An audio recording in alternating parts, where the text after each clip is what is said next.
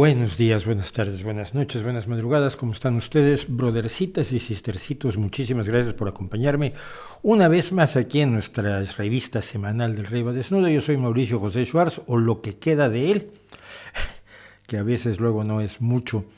Y estoy aquí para conversar durante 3 horas con ustedes para hablar de distintos temas, algunos de los cuales ya anunciamos en el ticker tape. Este que aparece al principio, que habrán ustedes visto que hay cosas que ya llevo 3 semanas diciendo que vamos a hablar de ellas y no ha habido oportunidad, así que seguirán estando allí hasta la eternidad, hasta que haya oportunidad pues de contar las cosas que digo yo que voy a contar y luego no me dejan ustedes hacer. Punto 1, atentos todos, atentos, fíjense aquí. Sí voy a hablar de los ovnis, o fanis, o funis, o pletívolos, o chifladuras extraterrestres. Sí voy a hablar de eso. Por favor, no llenen el chat con... Vas a hablar, es que Maussan dijo... Maussan dice que tiene razón desde que yo lo conocí en el 91, 2001, 2011, 2021, 2023. Son 32 años. Sí, dice que tiene razón y todos los enloquecidos están felices. Vamos a hablar de eso, tranquilos, ¿eh? Ya vi aquí al primero, Maussan, ya, tranquilos. También probablemente hablemos de Sinead O'Connor, que vendría a ser útil. Los resultados electorales para cada uno de los partidos, no, pero vamos a hablar de las elecciones en España. Vamos a hablar de un...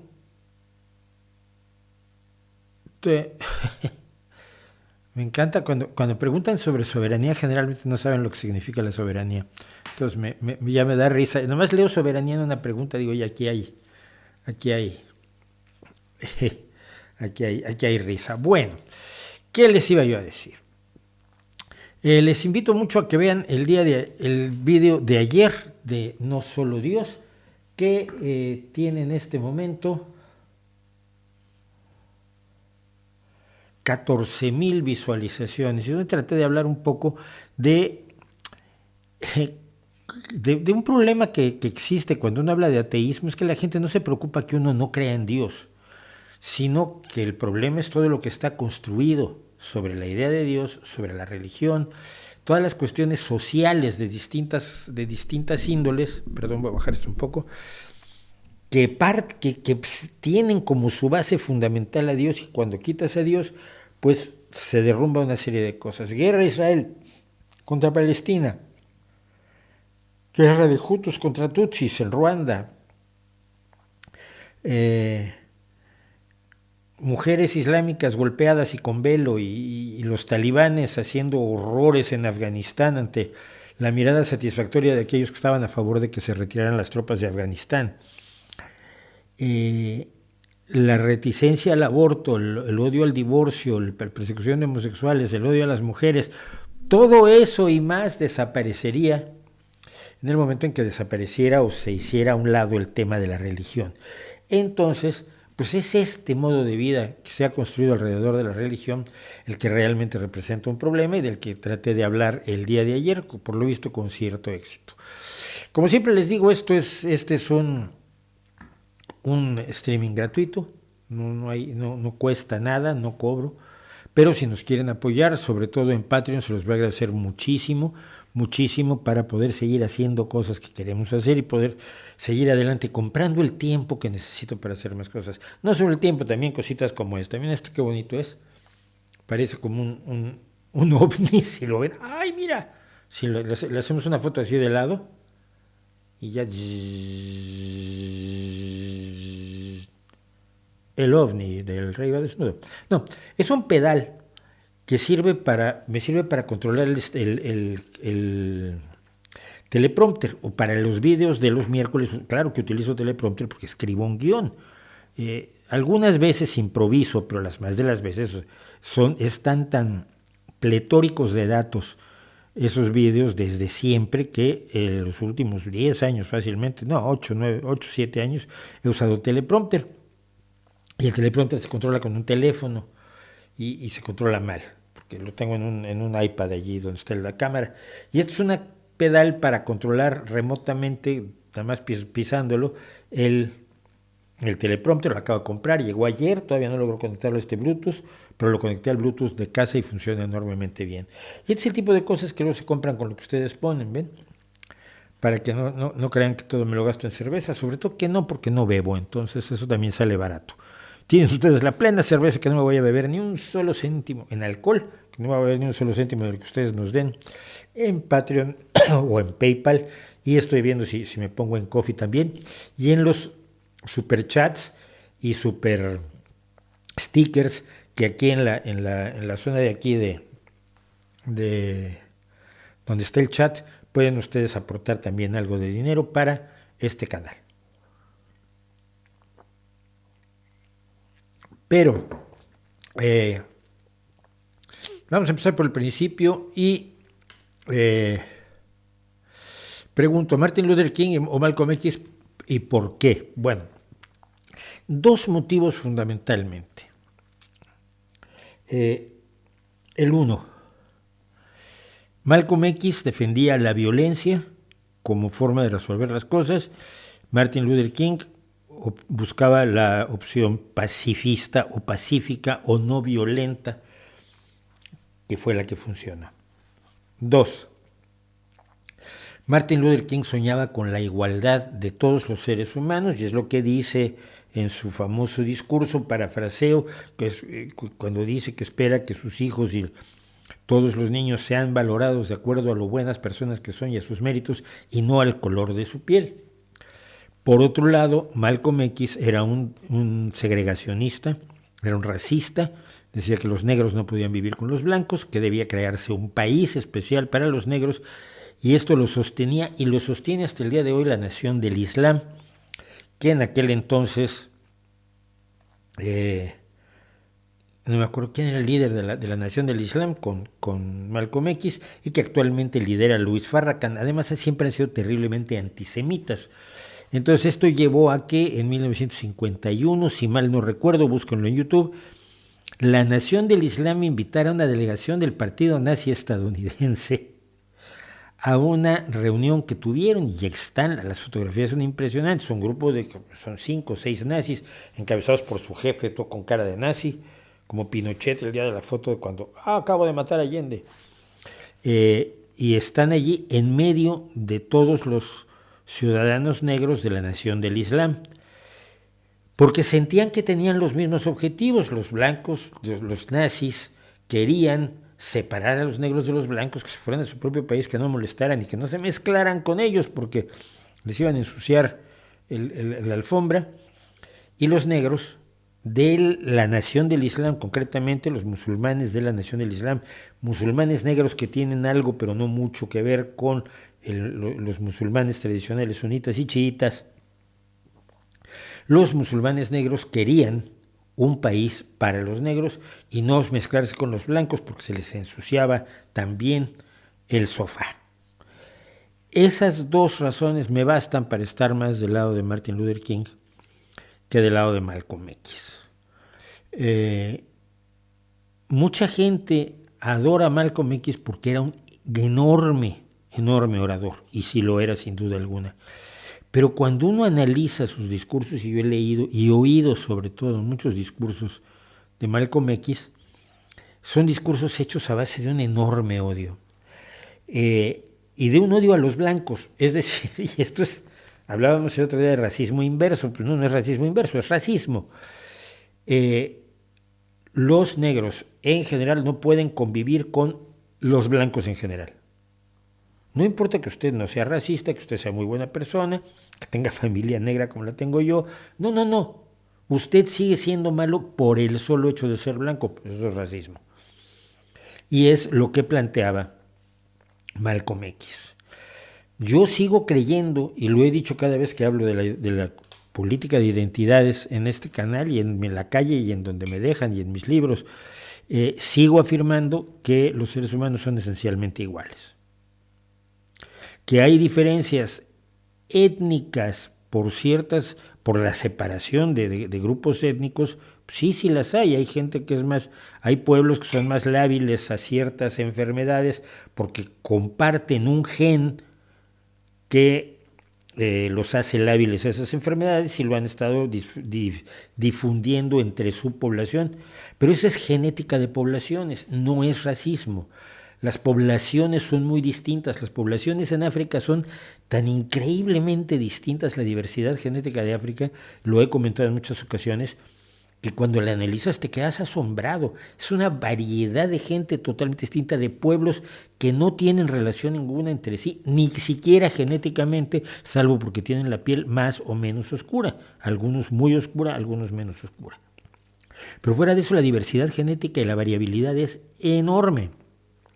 Mayor que la variabilidad que hay entre los europeos y mayor que la variabilidad promedio entre los africanos y los europeos. Es decir, son más distintos los africanos entre sí de lo que son de los europeos, para ponerlo claro. Esto lo he dicho varias veces en los vídeos que he hecho sobre racismo. Entonces, sí hay una genética de poblaciones que nos sirve para saber por qué, si perteneces a un determinado grupo étnico, pues es probable que tengas más riesgo de sufrir una enfermedad o más posibilidades de ser inmune a una enfermedad. Pero no, ni esto se aplica a todas las enfermedades, y lo vamos a ver hoy con la caída de Robert Kennedy, ni se aplica a todas las enfermedades, ni se aplica a todas las personas que comparten ciertos rasgos superficiales.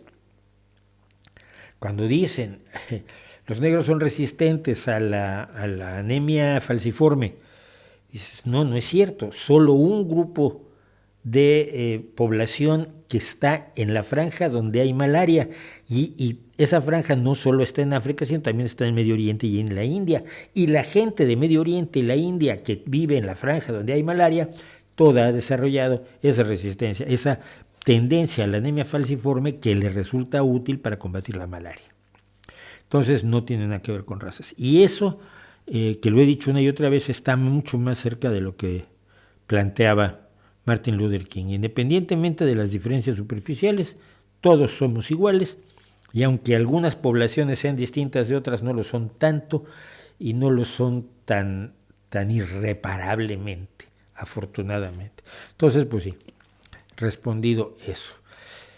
¿Hay manera de poder hacer que Díaz Ayuso responda ante la justicia por las muertes en las residencias durante la pandemia? No sé si alguien lo está intentando. Hay mucha gente que está enormemente indignada, sobre todo los parientes de los miles de ancianos. Aquí tengo que aclararle a la gente que no es española qué fue lo que pasó. Isabel Díaz Ayuso es una política de ultraderecha perteneciente al Partido Popular y que acaba de ser reelecta presidenta de la Comunidad de Madrid, no de la Ciudad de Madrid, sino de la Comunidad de Madrid.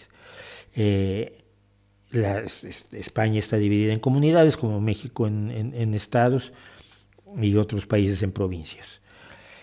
Isabel Díaz Ayuso, cuando se desató la pandemia, ordenó que no se trasladara a los ancianos con COVID de las residencias de ancianos donde podrían estar a los hospitales donde se les debería de atender. Esto, al parecer, tenía el objetivo de impedir que se colapsara el sistema de salud, pero es colapsar el sistema de salud a costa de la vida de miles y miles de personas, y fueron miles y miles de personas las que murieron, sobre todo los ancianos que murieron, porque no se les trasladó a recibir la atención médica que necesitaban, y muchos de ellos obviamente hubieran muerto, pero muchos de ellos también podrían haberse salvado. Y esto entra además dentro de un concepto que yo he detectado mucho en España, que es la gerontofobia, es decir, hay un rechazo a los ancianos muy acusado. Tú encuentras en México o en Estados Unidos o en el Reino Unido o en Francia, encuentras conductores de televisión, presentadores o lectores de noticias que tienen 60, 70, 80 años y no hay ningún problema. En España esto es inimaginable. La gente tiene que tener 30 o 40 años por fuerza. Cuando tienes 60 y muchos, pues pasas a tener un programa cómico como el que tiene Wyoming, que tiene más o menos mi edad, el Gran Wyoming, pero es una excepción. La gente de la edad del Gran Wyoming, en la visión española, tiene que estar jubilada, debe dejar en paz y quitarse de en medio, porque vienen los jóvenes a ocupar sus lugares, sus empleos, no solo sus empleos, porque en España es obligatorio, es tendencia a jubilarse y en muchos casos es incluso obligatorio. Pero es también que dejes de escribir libros para que puedan los jóvenes publiquen sus libros, porque si tú eres famoso y publicas muchos libros, pues ya los jóvenes tienen más problemas. Entonces lo que hay que hacer es quitar de en medio a los viejos. Se considera siempre que los viejos son más tontos, que han perdido facultades mentales, esto me lo dicen continuamente en los comentarios en YouTube. Se considera que los viejos carecen totalmente de valor. La idea de que cuentes tú las historias, las anécdotas que has vivido, se traducen son las batallitas del abuelo. Y con eso lo haces a un lado, así sean lecciones de vida, o lecciones de guerra, o lecciones de medicina que pueden ser importantes para otras generaciones.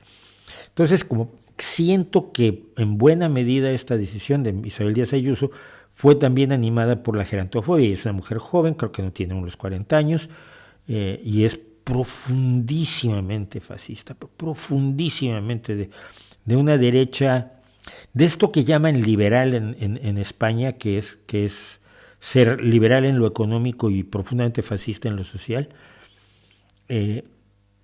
y ultraliberal en lo económico, al nivel en que Ayn Rand la mira si te parece un poco de izquierda. Y fue pues el resultado de la decisión de Isabel Díaz Ayuso, fue la muerte de miles y miles de personas. Ahora te digo cuántos fueron en Madrid. Pero entonces mucha gente ha reclamado. En Madrid nos dice aquí, en estos 3 años de pandemia, 34.571 ancianos fallecieron en las residencias sin llegar a los hospitales donde se les debería de atender. Una COVID seria, una COVID grave, no como la que me da a mí, que yo estoy en mi casa y estornudo 3 días. Una COVID grave necesita atención médica hospitalaria. La prohibición de trasladar a estos ancianos a los hospitales evidentemente fue asesina. Hay muchas personas que buscan la forma o que hablan de la posibilidad de que esta política sea llevada a los tribunales para que responda por esta decisión homicida, por esta decisión criminal, por esta decisión que resultó en la muerte de muchísimas personas que ella considerará despreciables, pero igual sus familias los querían mucho, ¿no? Y los querían seguir teniendo. Quien ha tenido abuelas como la que he tenido yo, pues sabe que a veces vale más una abuela que el resto de la familia. Entonces, ¿hay manera? No lo sé. Lo saben los expertos en cuestiones jurídicas en España. De momento no, porque de momento tiene fuero, no es perseguible por ciertos delitos, si mal no recuerdo, por ser presidenta de la Comunidad de Madrid. Y lo peor del asunto es que a resultas de las elecciones del pasado domingo, pues el secretario general y candidato del Partido Popular, pues básicamente se ha convertido en un cero a la izquierda, y lo que pretenden muchos en el Partido Popular es que la próxima candidata del PP haya una repetición de elecciones sea precisamente Isabel Díaz Ayuso. DeSantis dice que los descendientes afroamericanos obtuvieron ventajas personales debido a la esclavitud y así se debe omitir este periodo en la enseñanza escolar. ¿Qué te parece esto? Sí, es una de las últimas cosas que ha dicho DeSantis. Es decir, para evitar que se enseñe la esclavitud, que se enseñe que existió esclavitud y que buena parte de la economía de Estados Unidos, como de Grecia o como de Roma o como de muchísimos otros países, de muchísimas otras naciones a lo largo de toda la historia humana hasta hace 100 y tantos años, 100 y pocos años, 150, quizás 160, pues se basaba en la esclavitud. Efectivamente, la economía del sur de los Estados Unidos se basaba en la esclavitud. Esto no lo quieren reconocer algunos o quieren pintarlo como los que aquí en España quieren pintar la conquista como una especie de visita de cortesía de amiguitos para regalarte, para traerte galletitas para el té.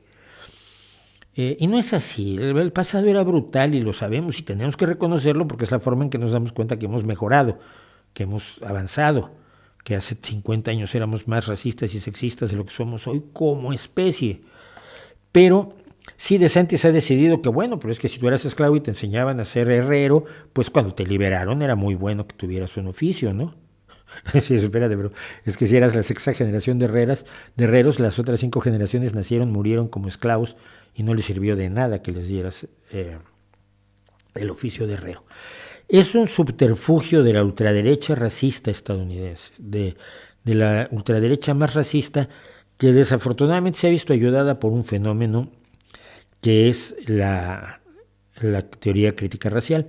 La teoría crítica racial no se enseña en las escuelas como afirman DeSantis y McGaetz y Trump y toda la ultraderecha republicana estadounidense, pero es una teoría que se maneja en la sociología académica postmoderna estadounidense predominante, según la cual en Estados Unidos hay lo que se llama un racismo estructural, es decir, todo es racismo y todo se explica mediante el racismo. Y explicar algo sin el racismo incluso está visto como un error, una posición indecente. Tienes que incluir el racismo porque todo en Estados Unidos se explica mediante el racismo y luego para remate en todo el mundo se explica mediante el racismo, cosa que es mucho más difícil en lugares que no han tenido una situación social y demográfica como la que tienen los Estados Unidos, ¿no? Creo que mucho en México se explica por racismo, pero otra parte se explica por clasismo, otra parte se explica por la influencia inmunda de la Iglesia Católica, otra parte se explica porque las aristocracias mexicanas nunca han aprendido democracia, nunca han tomado ese curso, etcétera, etcétera. Pero la idea de la teoría crítica racial es la explicación unívoca de todo lo que pasa en Estados Unidos, tanto a blancos como a negros, es producto del racismo. Esto es tan absurdo que ha dado pie a que los republicanos estadounidenses afirmen que toda mención a la esclavitud es enseñar teoría crítica racial, cosa que tampoco es cierto, evidentemente. La teoría crítica racial puede tener grandes excesos, puede ser tremendamente extremista, pero por otro lado también ha servido para analizar la profundidad del racismo en la cotidianidad estadounidense, que existe. No a los niveles a los que puedan decir los extremistas académicos, pero existe. Entonces, pues la respuesta es: no se va a enseñar teoría crítica racial, por lo tanto no se va a enseñar que Estados Unidos tuvo una economía basada en la esclavitud y que todos los negros, casi todos los negros, ahora hay excepciones por supuesto, casi todos los ciudadanos estadounidenses negros de hoy son descendientes de esclavos. Y los últimos esclavos murieron todavía en los años 60 o 70, si mal no recuerdo, del siglo pasado. Todavía se entrevistaba a antiguos esclavos. Y muchos de los héroes culturales que tú puedes tener, como B.B. King o como Buddy Guy, o como Robert Johnson, o como los grandes del blues, Etta James o Bessie Smith, eran hijos directos de esclavos y probablemente habían trabajado en el campo, ya no como esclavos, sino como medieros, que es como acabaron trabajando los esclavos, porque no sabían hacer otra cosa. Se acabaron alquilándole la tierra al patrón para seguir cultivando algodón y repartiéndose la cosecha, generalmente con ventaja para el patrón. Muddy Waters, el gran maestro que crea el Chicago Blues, es hijo de esclavos y además es alguien que trabajó primero en los campos de algodón antes de tomar su guitarra, enchufarla, o sea, de tomar su guitarra acústica, cambiarla por una eléctrica e inventar el blues de Chicago yéndose de los campos de algodón. Así que es una de las estupideces brutales de DeSantis, que yo no sé hasta qué punto es pose, la verdad. Yo siento que DeSantis quiere ser más bruto que Trump porque cree que con eso va a obtener el apoyo de los republicanos. Ni siquiera sé si puede o no obtener el apoyo de los republicanos con eso, porque hay un sector del Partido Republicano que se ha lanzado a un extremismo ridículo, o realmente lo cree. Pero en ese sentido, él ha dicho eso y también ha dicho que él se llevaría a Robert Kennedy cuando sea presidente. DeSantis es en este momento precandidato presidencial por el Partido Republicano. DeSantis ha dicho que él se llevaría a Robert F. Kennedy Jr., el actual precandidato demócrata también a la presidencia, para que fuera su responsable de salud, porque pues coinciden en lo que opinan sobre la salud y contra las vacunas y todo esto. Simple y sencillamente que, claro, Kennedy es abogado y no tiene idea de inmunología, y de eso vamos a hablar después. Entonces, esa es la realidad. Ismael Sánchez, ¿qué le parece el manifiesto de algunos dinosaurios del PSOE pidiendo una gran coalición PP-PSOE? Estoy en desacuerdo con ellos totalmente. Así como he estado en desacuerdo muchas veces con muchas personas de mi partido, pues ahora estoy en desacuerdo con estos. Y algunos de ellos son gente a la que respeto, pero en esta ocasión creo que están metiendo la pata horriblemente. Creo que están yendo a lo pequeño por lo grande. No se puede hacer una gran coalición con el PP, y voy a contar por qué cuando hablemos del tema.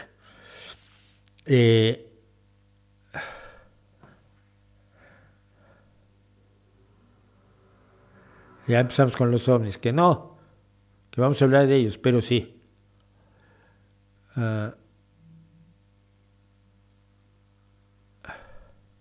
Mauricio, he escuchado a algunos predicadores y filósofos decir que la afirmación de la inexistencia de Dios es un acto de fe porque no se tiene evidencia de eso. ¿Usted qué opina? La afirmación de la inexistencia de Dios es una proposición racional, pero evidentemente no hay pruebas de su inexistencia. Si tú me dices que es irracional decir que la Caperucita Roja no existe, o que Recitos de Oro y los Tres Ositos no existen, o que los unicornios, las hadas, los dragones no existen, ¿te parece que es una afirmación, es un acto de fe? Creo que estás entendiendo la fe de una manera muy amplia. Las afirmaciones que se hacen con base en la evidencia disponible no son actos de fe. Los actos de fe son aquellos que se hacen en contra de toda la evidencia disponible. Yo no creo en Dios y creo que mi no creencia es mucho más sólida que quien dice sí creo en Dios. Son subterfugios verbales, nada más. Son los subterfugios verbales que necesitan ellos porque necesitan, como lo decía yo ayer, mantener un modo de vida que si se atrevieran a poner en duda la existencia de su Dios, se les caería todo lo que, mucho de lo que creen de cómo se educan los hijos, de cómo se educan las hijas, de cómo deben ser las relaciones entre hombres y mujeres, se les derrumbaría una enorme cantidad de cosas de su sociedad. Entonces necesitan afirmar la existencia de su Dios. De los otros 17.999, esos pueden prescindir de ellos sin mayor problema. En el pasado has dicho que ningún empresario listo vende productos que sepa que maten a sus clientes. ¿Qué piensas entonces de la industria tabaquera? La industria tabaquera, en los últimos, cuando ya estaba probado que el tabaco producía cáncer, se justificó, y además de esto que dije, ningún empresario, no es cierto, hay muchos empresarios que venden, hay empresarios que les gusta matar gente y les venden cosas que los matan. Digo que no es generalizable porque la gente paranoicamente dice que todos los empresarios quieren matar a sus clientes, quieren hacerles daño y demás. En el caso de la industria tabacalera, el punto es que dijo pues que de todos los que fuman, solo un pequeño porcentaje padece cáncer. Y hay muchísimas personas que fuman y no padecen cáncer y no les pasa nada. Entonces, pues, yo estoy haciendo mi producto para ellos, que la medicina determine a quién le va a dar cáncer o no, y que les diga que a esos no fumen. Evidentemente es un subterfugio, y es un subterfugio que tiene explicación, no justificación, me parece injustificable. Pero es que la industria tabacalera también es la industria de miles y miles de personas que vivían de la fabricación del tabaco, de plantar y preparar el tabaco, de las miles y miles de personas de países enteros como Cuba, que sin la venta del tabaco se hundirían.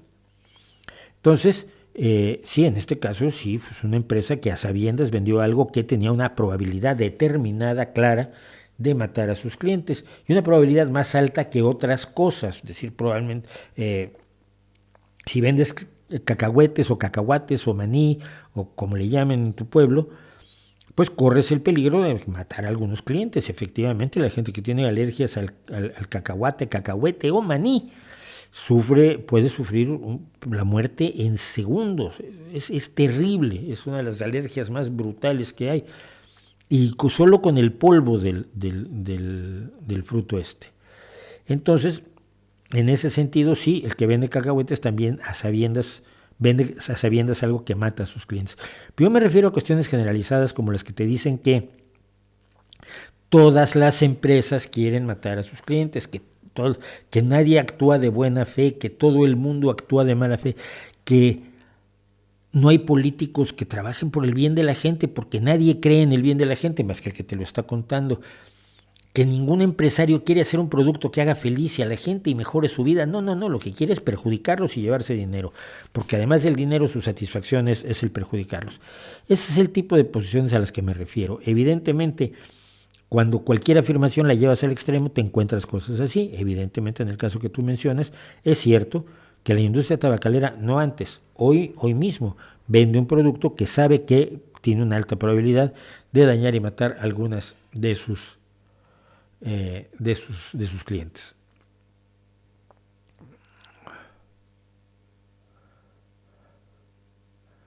Bueno, vamos a hablar de una cosa, ya que estábamos hablando de Kennedy.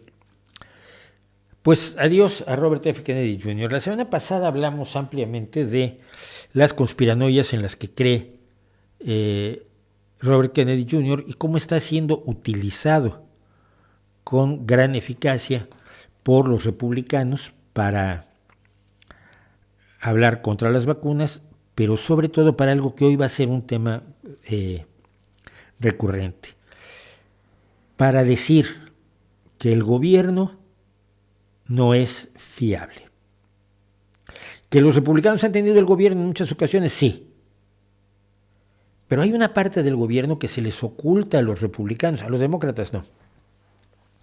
Que es lo que llamaron el Estado profundo, palabra que el concepto es un invento de Donald Trump, y es un concepto tan guapo que Pablo Iglesias se tardó como 2 días en escribir un libro sobre el Estado profundo, en contra mía, porque pobrecito de mí, todo es contra mí. Como todo es contra López Obrador y todo es contra Donald Trump, los populistas juegan así siempre. Bueno, pues entonces el gobierno no es de fiar. Y se usa a Robert F. Kennedy como un ejemplo, como una arma para decir el gobierno no es de fiar.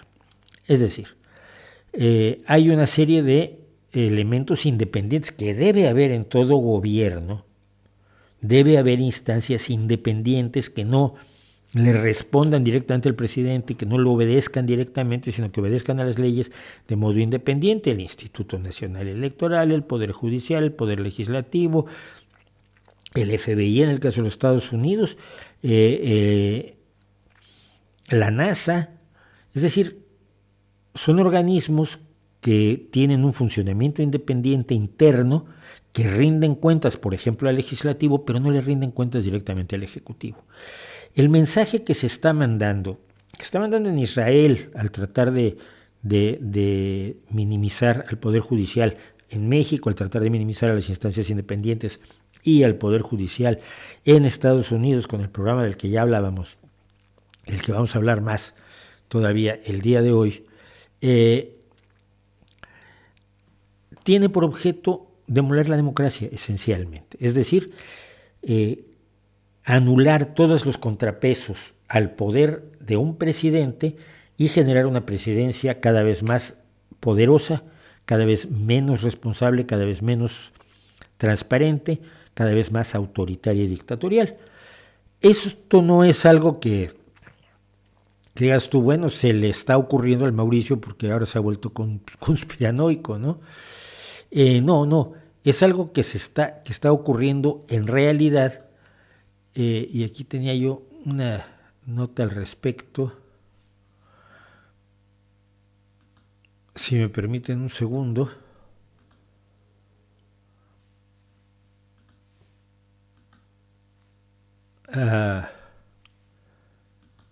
¿Qué es esto? De cómo los aliados de Donald Trump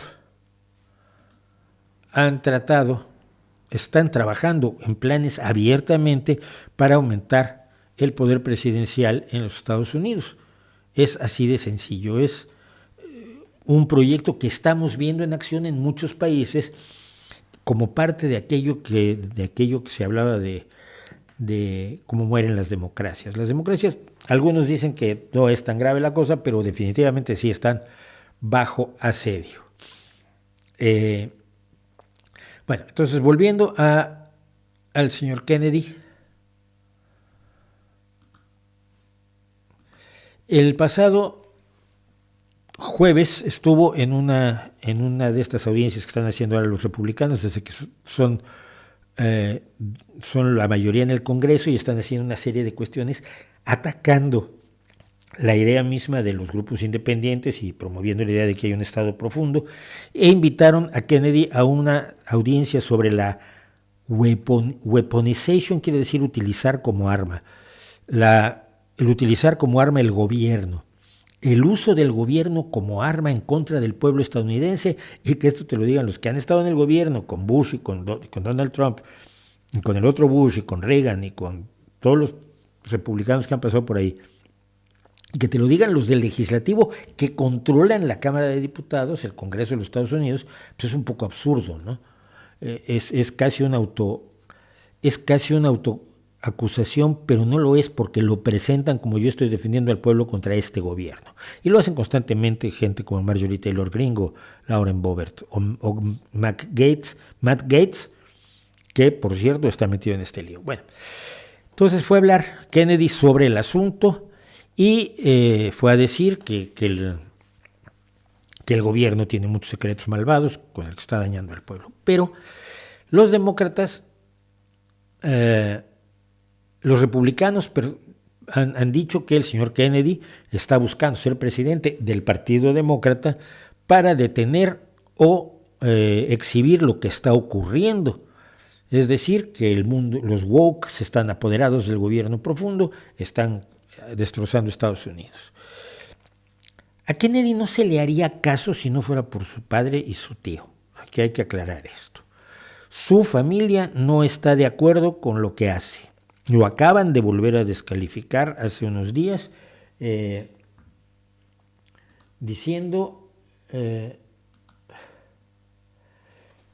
rechazando precisamente la conspiración de la que vamos a hablar ahora. Entonces me espero un segundo para comentar esto.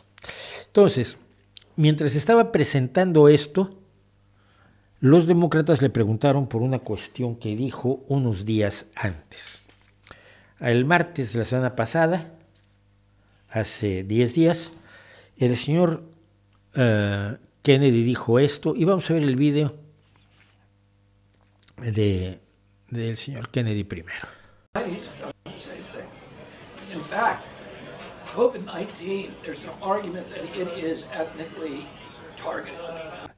De hecho, sobre la COVID-19, hay un argumento que dice que tiene una orientación étnica, que se ha lanzado como diana desde el punto de vista étnico. El COVID, perdón que voy lento porque tiene un problema de la voz el señor Kennedy y es difícil entenderle. Perdón. It is ethnically targeted. COVID-19 attacks certain races disproportionately. La COVID-19 ataca a ciertas razas de manera desproporcionada. Eso afirma. The races that are most immune to COVID-19 are because of the structure of the... Dice, las razas que son más inmunes a la COVID-19 debido a, y aquí se hace un lío genial, lo voy a tratar de seguir, por la estructura por la estructura genética de las diferencias genéticas de las razas, de los receptores, no sé qué dice ahí, de los receptores del virus. La COVID-19 está orientada a atacar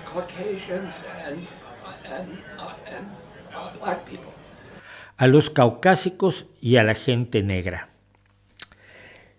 Si volvemos a lo que explicamos aquí sobre las diferencias genéticas, las diferencias de raza en las que cree que hay tan claras el señor Kennedy no existen.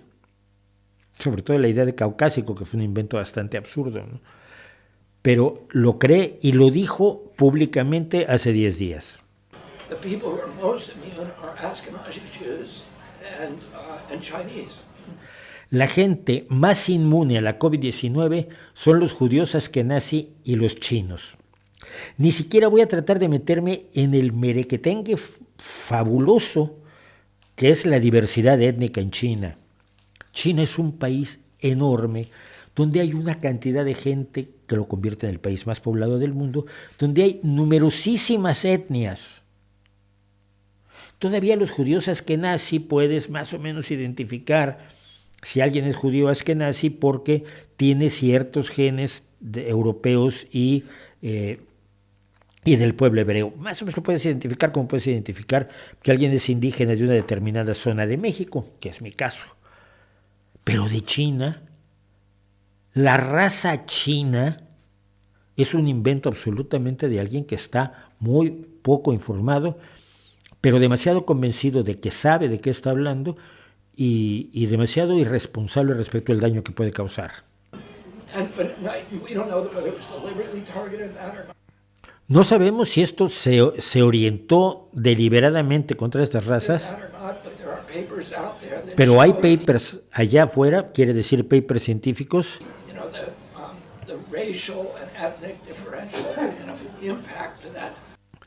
diciendo que el diferencial étnico y racial del impacto de la COVID, y de pronto salta, sí sabemos que los chinos están gastando cientos de millones de dólares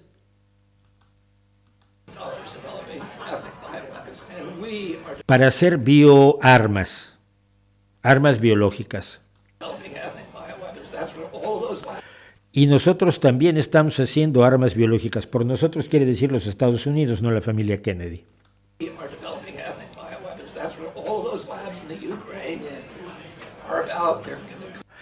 Es para eso que están hechos todos esos laboratorios biológicos de Ucrania. No sé, como es un prorruso conocido, es un absoluto enemigo de Ucrania y un absoluto favorecedor de que Ucrania no solo pierda la guerra, sino que acaben con la mayor cantidad de ucranianos posibles, pues sale ahora con los biolaboratorios, los laboratorios biológicos de Ucrania, que se ha refutado esto del todo, pero desde los 3 días después de que salió la afirmación, que es una parte de la desinformación, de la desinformación estadounidense, de la desinformación rusa que aquí conocemos bien. Bueno, pues a partir de esto, una parte incluso del Partido Republicano, la parte menos DeSantis, la parte menos enloquecida, ha dado un paso atrás y por supuesto el Partido Demócrata, que lo tiene como un precandidato presidencial para las elecciones de 2024 en los Estados Unidos, lo tiene como precandidato demócrata, creo que es el único que está enfrentándose a Joe Biden hasta este momento, siempre pueden entrar otros contendientes, ha decidido dar un paso atrás y retirarle todo género de apoyo porque la afirmación es bestial. Sea a propósito o no, ay, qué raro, qué milagro, qué extraño, qué curioso, ¿no? Que de pronto, pues yo no sé si sea a propósito o no sea a propósito, pero mata a más caucásicos y negros y salva a más judíos askenazí y chinos. Y no es cierto. Por cierto, los estudios que existen y que estuve yo revisando, por ejemplo este de la Clínica Mayo que tengo aquí, déjenme pasarlo para acá que lo puedo leer mejor, explica cómo las minorías raciales y étnicas en los Estados Unidos tienen tasas de infección más elevadas, estancias de hospital más prolongadas y muertes causadas por el COVID-19 que los blancos, los no hispánicos. Los no hispánicos, o sea, los que no son latinoamericanos, porque ahí meten a los españoles que luego creen que España es un pueblo al sur de México, en serio, pero bueno, llaman hispánicos a los que se llaman a sí mismos latinoamericanos. o si usted quiere, hispanoamericanos.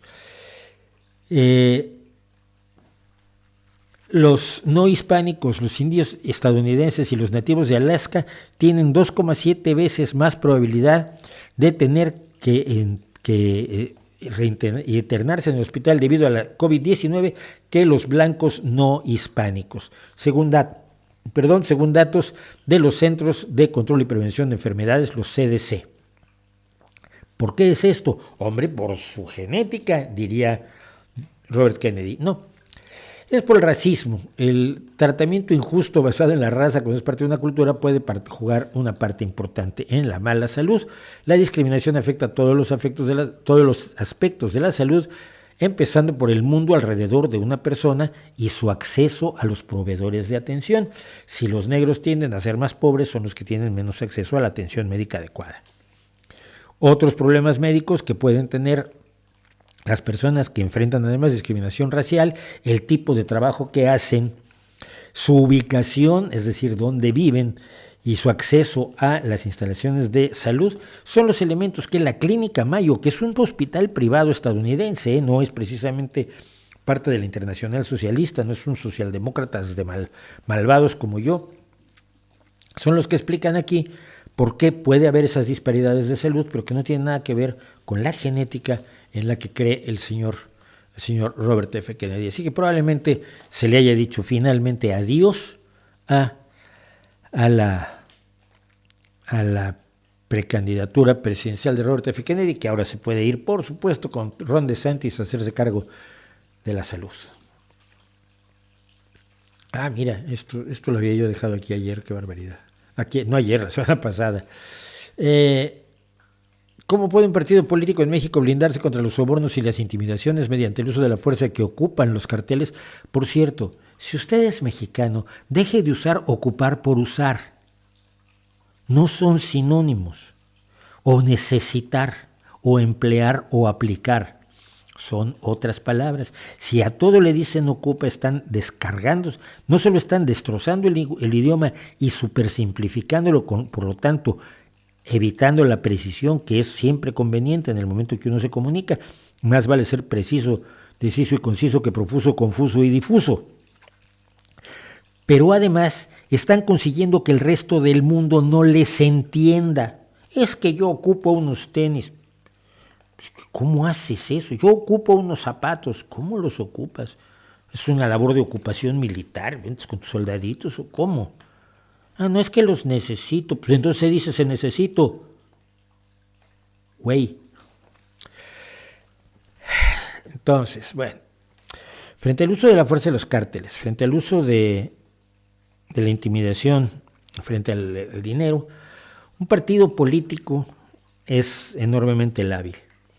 Un grupo de personas honestas, dispuestas a expedir leyes como la de la despenalización de las drogas y dispuestas a dar órdenes arriesgadas con un grupo de personas en el que puedan confiar para que les guarden la vida, pueden hacer mucho. Y también pueden utilizar, que no ocupar, los servicios de personas que tienen experiencia en el terreno bélico para diseñar formas razonables y adecuadas de confrontar el poder militar de los cárteles, cosa que Calderón nunca hizo. Calderón siempre pensó que, pues, yo le digo al ejército que lo haga y ellos van y lo hacen. Y mandó un ejército peor preparado, peor armado y peor motivado que los cárteles a combatir a los cárteles. Hijo mío, estás haciendo exactamente lo mismo que hizo Rusia en Ucrania. Mandar un ejército peor armado, peor preparado y peor motivado a enfrentarse a gente que está defendiendo su casa. Entonces, es posible. Yo creo que sí es absolutamente posible, pero hay que hacerlo y hay que tener la decisión de hacerlo y la decisión de arriesgarse.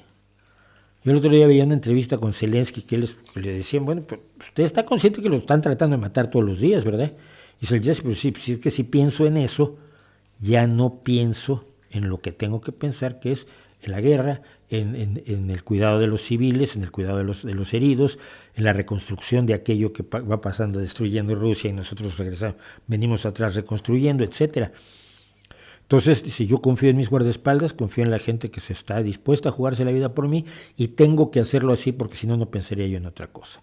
Y es lo que pasa con la gente que asume posiciones y decisiones como hombre de Estado que pueden resultar enormemente significativas. Cuando tienes un presidente que no quiere hacer nada significativo, salvo inflar su imagen narcisista y prepararse para retirarse entre aplausos de la multitud, no vas a conseguir nada. Sime me pregunta, esto va a ser rápido, ¿por qué dices que López Obrador es anticiencia? ¿Qué cosa anticientífica dijo exactamente? Muchas. Punto 1. Afirma que los transgénicos son dañinos. No lo son. Se lo han dicho y no se ha puesto a investigarlo. Segundo, afirma que las energías alternativas, las energías limpias, las energías renovables, las energías no contaminantes son innecesarias y además son una molestia. Es tan tonto que no sabe que un aerogenerador o una turbina eólica es un generador de electricidad. Él los llama ventiladores porque se parecen a los ventiladores que él usa cuando le da el calor, ¿no?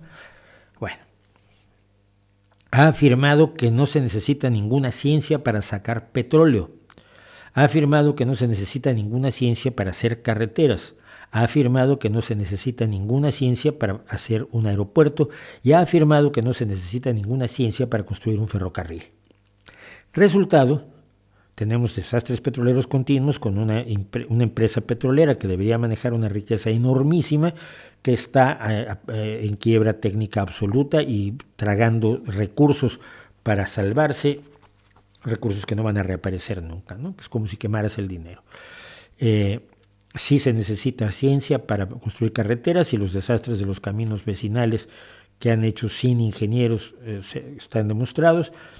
También se necesitaba para hacer un aeropuerto, por eso no quieren muchas aerolíneas aterrizar en el aeropuerto militar que construyó, el aeropuerto internacional, Fuerza Aérea. Bueno, le pusieron Felipe Ángeles porque son las mismas siglas, pero es el aeropuerto de la Fuerza Aérea. Y están haciendo un destrozo ecológico del tamaño del universo en el Tren Maya, que es uno de sus caprichos absolutamente inexplicables. No sirve para nada, no tiene ningún sentido económico, turístico, de desarrollo industrial, nada.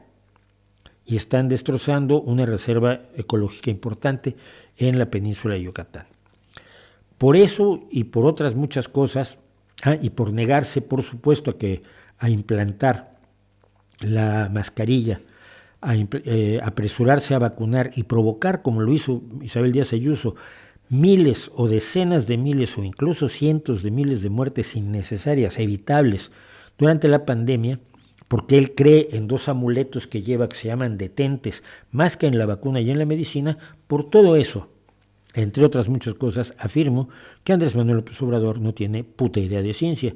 Y más aún, cuando se le pidió que no nombrara a Elena Álvarez Bulla al frente del Consejo Nacional de Ciencia y Tecnología, porque sabíamos que ella era una renegada de la ciencia y sabíamos que iba a imponer un nivel de ideologización que persiguiera la ciencia genuina en aras de una ciencia ideologizada y de una ciencia modelo Lysenko, tampoco nos hizo ningún caso, y no a mí, a miles de personas que se lo pidieron, gente con conocimientos y carreras científicas mucho más claras.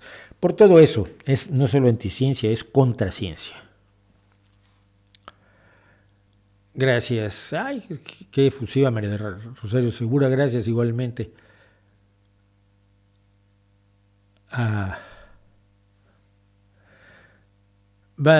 Quisiera preguntarte qué opinas de que AMLO haya rechazado cualquier ayuda internacional para enfrentar el narcotráfico, aduciendo que México es un país independiente y no requiere ayuda. Otra vez no me van a dejar hablar de lo que quería hablar, ¿verdad? A ver, vamos a esto.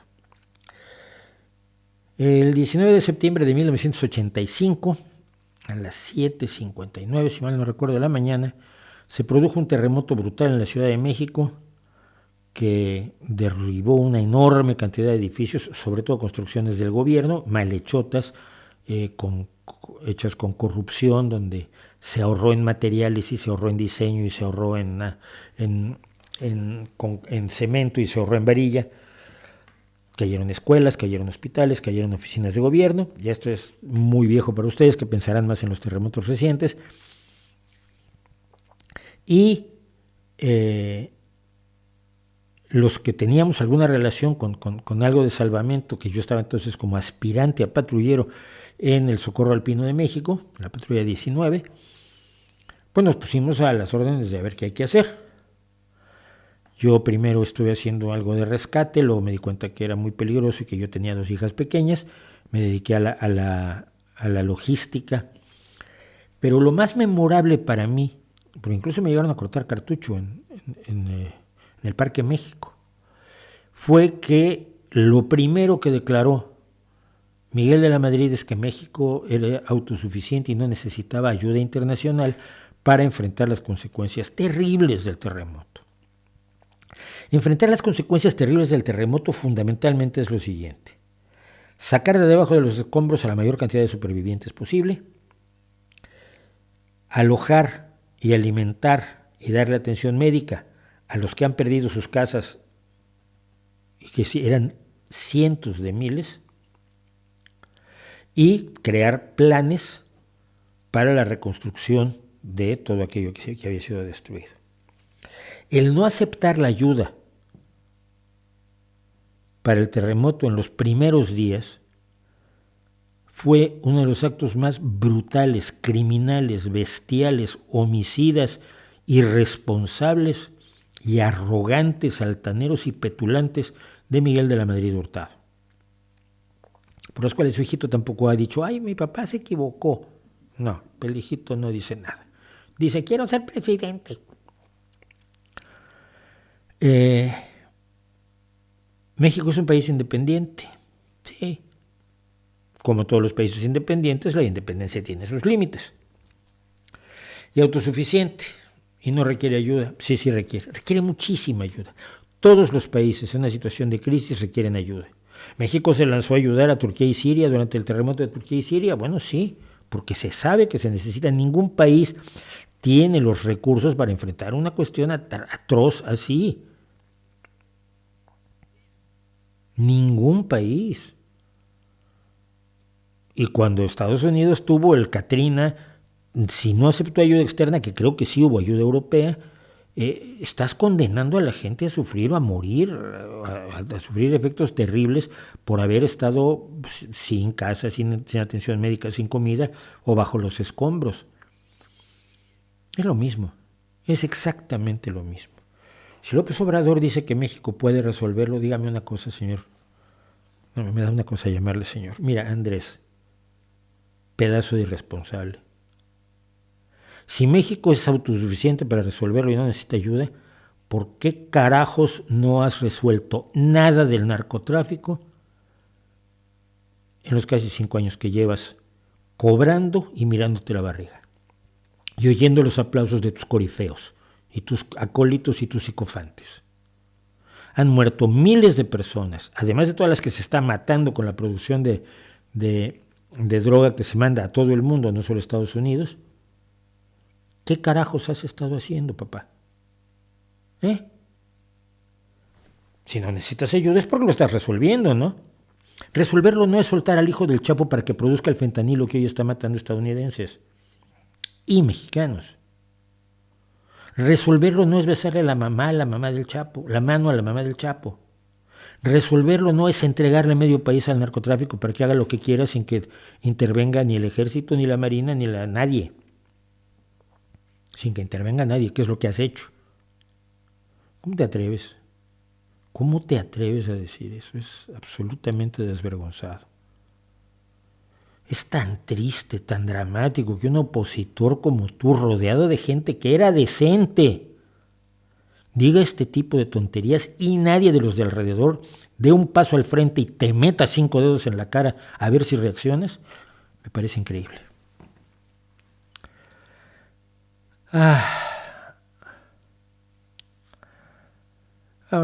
Si tenemos tiempo vamos a hablar de algunas de mis canciones fundamentales y allí vendrá algo de los peores covers que he escuchado. Hotel California en plan Lolailo con Gypsy Kings está allá arriba, muy allá arriba.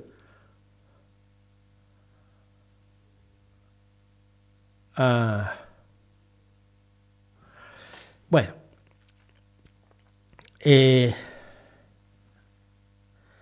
vamos a hablar de Barbie. Vamos a hablar de Barbie. No de la película porque no la he visto, pero en verdad os digo, hermanitos, que tengo unas ganas enormes de verla y lo más pronto que pueda voy a ver la película de Barbie.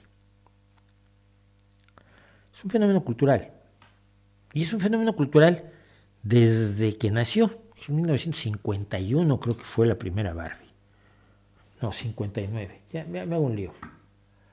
Exactamente igual, en los años 50. O sea, tiene la edad que tengo yo.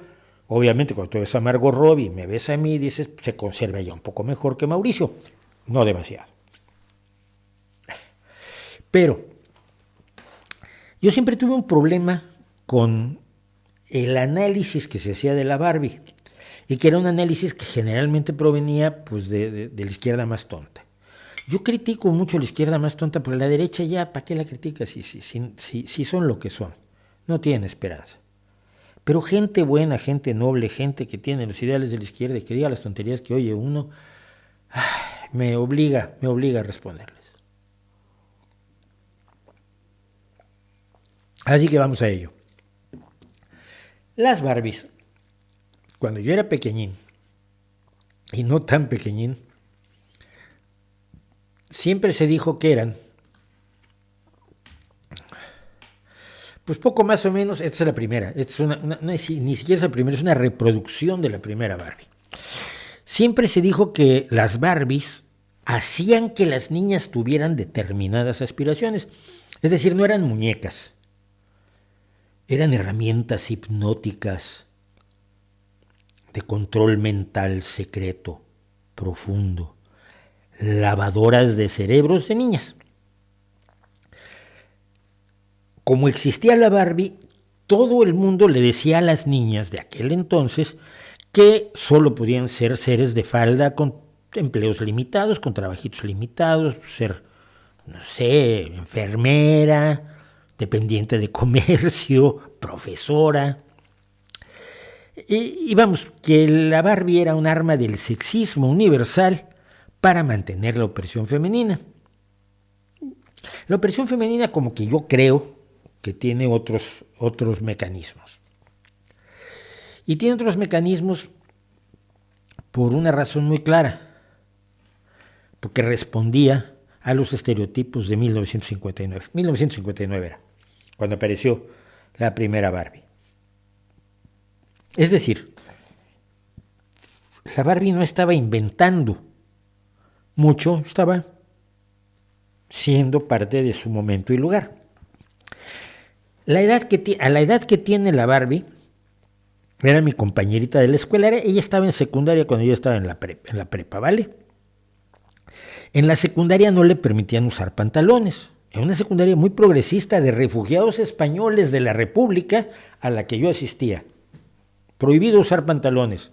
En invierno protestaban las niñas, llegaron a hacer huelga. Oye, que hace frío aquí abajo, chaval. Finalmente se les permitió cuando yo tenía 17 años y por lo tanto la Barbie tenía 13. Bueno, pero cuando la Barbie tenía 13 años, en la escuela a nosotros nos daban taller, podías optar por carpintería o electricidad.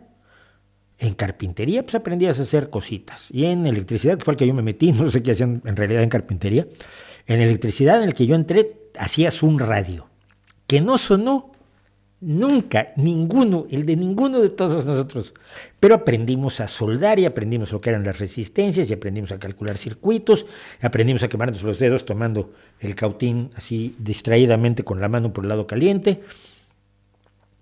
Y las niñas, o sea Barbie, 4 años más pequeña que yo, estudiaban economía doméstica. ¿Sabes lo que es la economía doméstica? Bueno, mira, la economía doméstica, las chicas que me oyen van a fliparlo. La economía doméstica era aprender a cocinar, a planchar, a coser, a limpiar la casa. Esas cosas que hacían las niñas Mientras nosotros tratábamos de armar un radio y nos quemábamos con los cautines y el radio nunca sonaba. Así era inamoviblemente en los tiempos de Barbie. ¿Qué culpa iba a tener la pobre muñeca de que toda la sociedad fuera así? Estoy hablándote del México de 1975, de 1974, de 1970. No, sí, del 70 y... Yo cuando estoy... 18 al 73, sí, del 71 72. Y Barbie está estudiando economía doméstica. Pues ella se va a casar, va a tener hijitos y se va a encargar de cuidarlos, mientras yo me voy al taller eléctrico a hacer radios que no funcionan o algo por el estilo. Bueno, no había una élite manipulando a la mitad de la humanidad. Era simplemente su momento. Hoy hay esto. Es lo más normal del mundo, claro, porque ahora hay mujeres astronautas, pero antes no las había. Ahora, ¿esto qué? ¿Está manipulando a todas las niñas para que todas sean astronautas? Porque hay una cosa muy curiosa, y esto es quizás de las cosas que ya me llamaban. Evidentemente lo que era normal en la anterior Barbie, en esta, ya no es normal ahora. Y en vez de quejarnos, deberíamos tener muchísimo gusto del camino andado, ¿no? De lo mucho que se ha avanzado en estos años, en estos 50 añitos de los que estamos hablando. Pero cuando a los hombres nos daban un juguete, un muñeco, que era en Estados Unidos el G.I. Joe, que era un soldado de acción, a nadie se le ocurría decir que nos estaban diciendo que solamente podíamos ser soldados. Porque había un montón de cosas más que podíamos ser. Nadie decía, uy, con este... O sea, este no era un muñeco hipnotizador. Era nomás un muñeco. Yo me acuerdo cuando en México lo sacaron con el traje de la selección de fútbol, porque México 70 en México en 1970 fue el Mundial de Fútbol, y entonces el muñeco este que era soldado en Estados Unidos, en México lo soltaron como futbolista. Era divertidísimo. Si tenía una base, porque pudieras poner así, haciendo poses, haciendo remates imposibles. Pero tampoco nos estaban diciendo que estábamos haciendo solo fútbol. Pero a las chicas sí les estaban diciendo, a ellas las estaban manipulando. A nosotros no, porque somos chicos. Bueno, esto lo tenían los niños ricos, la verdad. Los pobres teníamos esto, que eran los soldaditos de plástico. Y el que siempre me gustaba, el de hasta arriba, el que se viene arrastrando, pues servía para muchas cosas, subía muros y era bastante más útil que el otro tarado que venía con el rifle arriba, que se pues, ¿cómo vas a dispararlo así, tarado? Jugábamos a eso, porque jugábamos a la guerra los niños. ¿Por qué? Pues porque era lo normal, no que México tuviera muchas guerras en ese momento, pero el mundo sí las tenía y nosotros pues hacíamos lo que hacía el mundo. Yo me acuerdo, uno de mis despertares es cuando un amigo y yo, mi amigo Álvaro y yo, jugábamos a que éramos soldados y nos herían.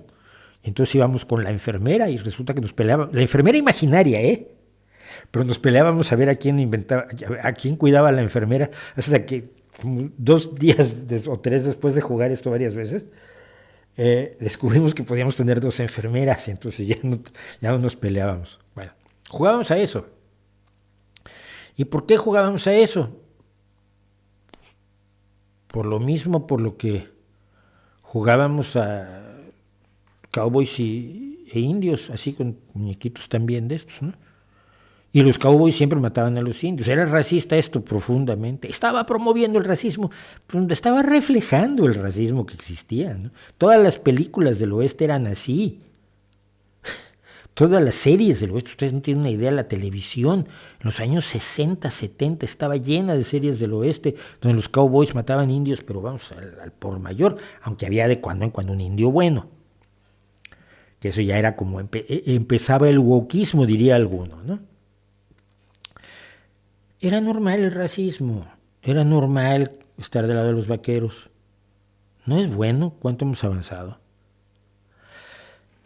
Yo creo que el juego de los niños tiene mucho más de representación teatral de la sociedad en la que viven, en la que se desarrollan, de representación o simplificación o destilado de su entorno cultural, una manifestación de asuntos más complejos que nos sirven para entender incluso nuestra sociedad. Cuando ves cómo juegan los niños, dices, bueno, a lo mejor nosotros estamos metiendo la pata aquí, o esto estaría bien.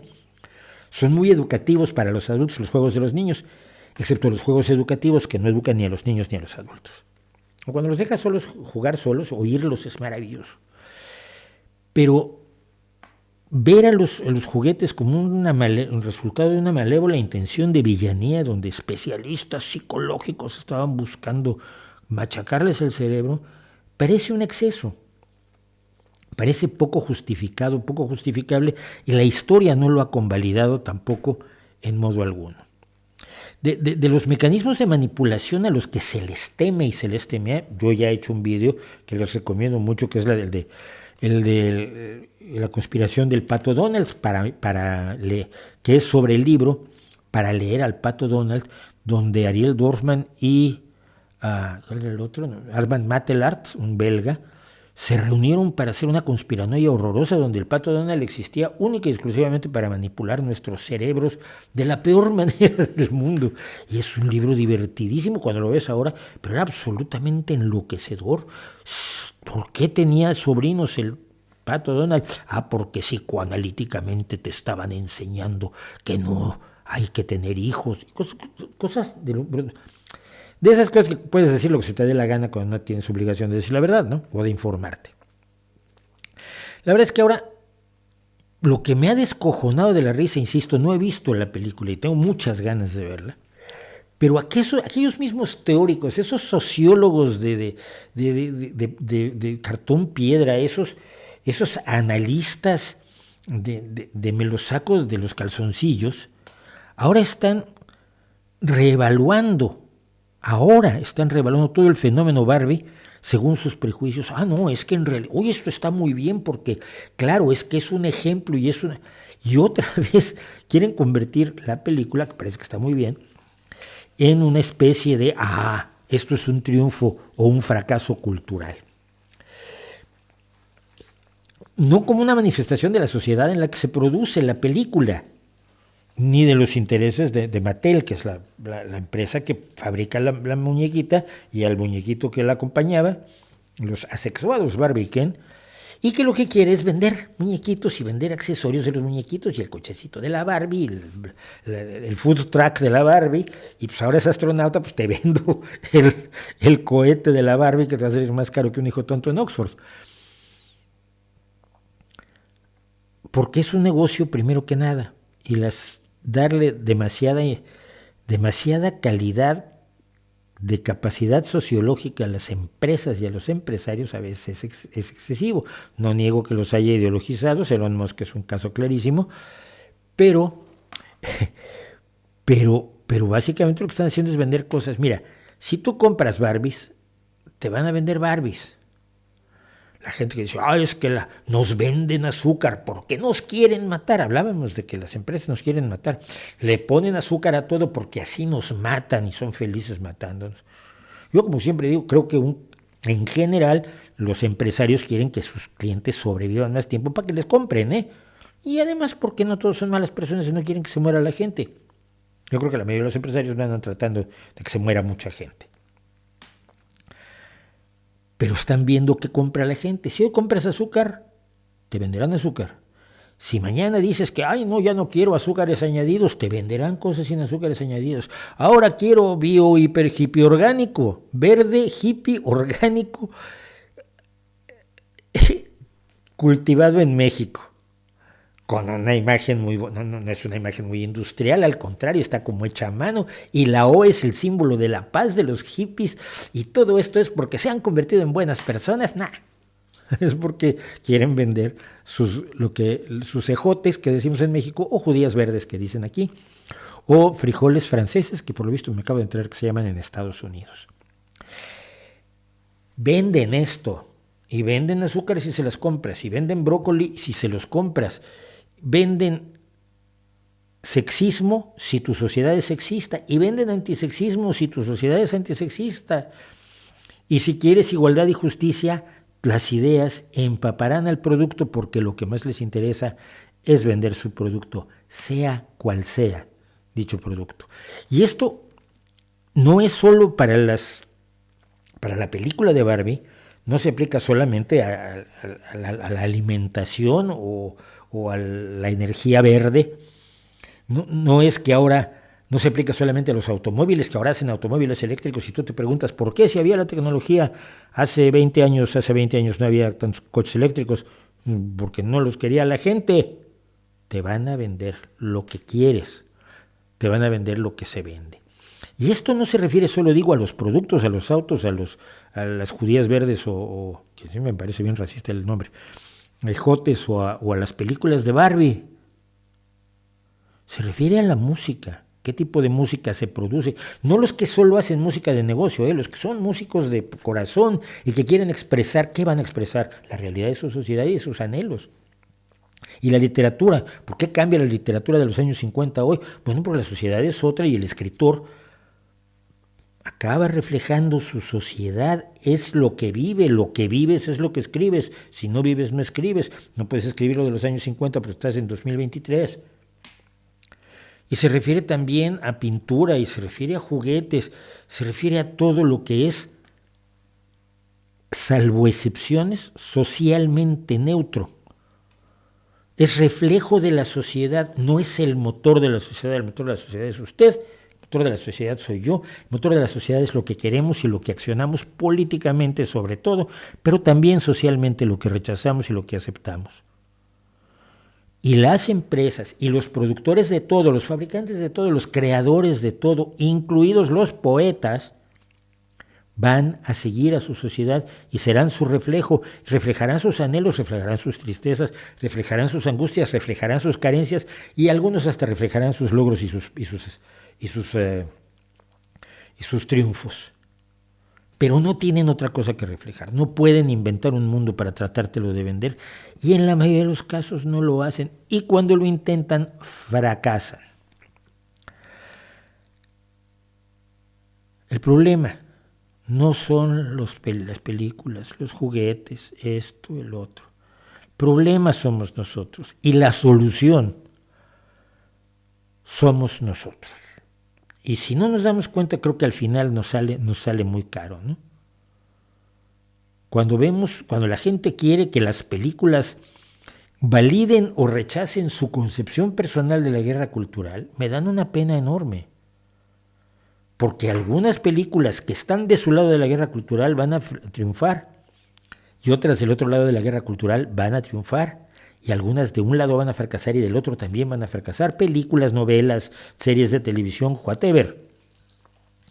Porque reflejarán más efectivamente su sociedad que las ideas de algunos. Y si no nos damos cuenta de eso, yo creo que nos sale muy, muy caro. Así que viva Barbie, ya les contaré cuando vea la peli. Ay, las cosas en las que me meto yo, ¿verdad? ¿Cómo se elige el gobierno de España para entender mejor su actual situación política? En Perú hay muchos partidos fachos adorando a Vox. Bueno, sí, en todos lados. España es un país que tiene un sistema parlamentario. Es decir, no elige al presidente de manera independiente del Congreso Legislativo, de la Cámara Legislativa, sino que elige a la Cámara Legislativa. Y la Cámara Legislativa es la que elige al presidente de gobierno. Esto quiere decir que, a diferencia de la separación de poderes, que es el ideal en los sistemas presidencialistas, donde hay 3 poderes, en realidad en España el poder principal es el legislativo, que elige al ejecutivo y que también nombra al judicial. El nombramiento del judicial es un problema en todos los sistemas y no lo hemos podido resolver. Tiene muchos problemas la selección del poder judicial.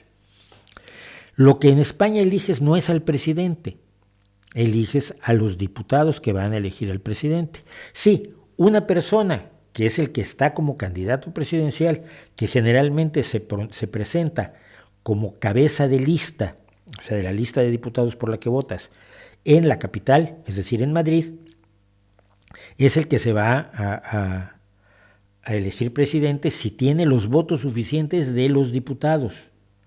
Los votos suficientes de los diputados. No porque ganó, ya va a gobernar. Por ejemplo, a nivel municipal. hace 6 semanas el Partido Socialista en la ciudad en la que yo vivo, en el municipio en el que yo vivo, ganó las elecciones, pero no tuvo suficientes concejales para gobernar. Y entonces la ultraderecha, la derecha y la ultraderecha se unieron, tenían más concejales y se unieron para darle a una persona de derecha el municipio, y es la que actualmente está desgobernando. Y lo digo con conocimiento de causa. Lo que pasa después de las elecciones, además en España y en los países parlamentarios, no votas por tu representante de distrito, no votas por un diputado o un senador representando tu región, tu estado, tu provincia, etc. No, votas listas completas que han presentado los partidos. Entonces, en mi caso, en mi circunscripción, yo lo que hago es meter una papeleta en un sobre. Esa papeleta tiene la lista de todos los diputados que propone hasta llenar el cupo de diputados de Asturias, la que propone el Partido Socialista Obrero Español, o el PP, o Vox, o el que sea. Y esas personas van a ir siendo nombradas diputados de acuerdo a la cantidad de votos que tenga cada partido. Entonces, si tú tienes 16 concejales, por ejemplo, pues puedes tener 4, pueden ser concejales los 4 primeros por la cantidad de votos que tuviste, los 5, los 6, los 7, etc. Bien.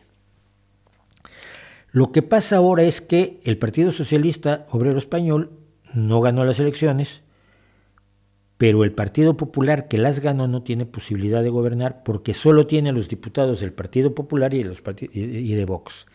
Ningún otro partido minoritario en España quiere votar por convertir a su candidato, Alberto Núñez Feijóo, en presidente. Casi todos los demás partidos están de acuerdo en votar por Pedro Sánchez para presidente, el día que se haga la sesión de investidura de la Cámara de los Diputados, del Congreso de los Diputados. Hay un partido independentista catalán que no quiere facilitar la investidura de Núñez Feijóo, pero tiene problemas con el PSOE, entre otras cosas porque están perseguidos por haber intentado un referéndum ilegal de independencia y haber proclamado la independencia de Cataluña, no teniendo ni siquiera los votos para hacerlo. Y su líder está, por cierto, prófugo, viviendo en Waterloo, en Bélgica. Y entonces esa es la situación. Si ninguno de los dos partidos tiene suficientes votos, basta con que se abstengan, que tenga más votos que el otro y se abstengan otros votos. En este caso, este grupo parlamentario catalanista, Junts per Catalunya, bastaría con que se abstuviera para que gobernara el Partido Socialista Obrero Español. Si no se puede, si no hay forma de lograr una mayoría que gobierne o una minoría que gobierne con una minoría mayor que la minoría del otro, valga la contradicción, se repiten las elecciones en octubre. Y si no, se repiten las elecciones 5 o 6 meses después. Y si no se repiten 5 o 6 meses después, hasta lograrlo. Bélgica se pasó así como 6 años sin gobierno, sin un gobierno, o sea, con el gobierno en funciones anterior.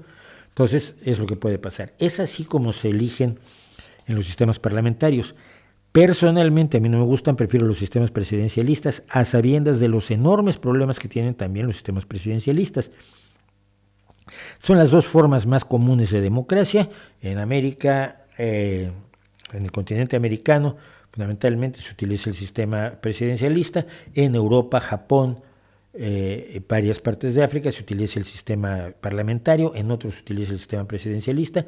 Son los dos más comunes, los dos están llenos de problemas, los dos necesitan mejorarse muchísimo, pero son infinitamente mejores que cualquier otra opción que no sea democrática. Dicho lo cual, vámonos un segundo a descansar, a rellenar la Coca-Cola, ya me la bebí toda, y regresamos en 2 minutos.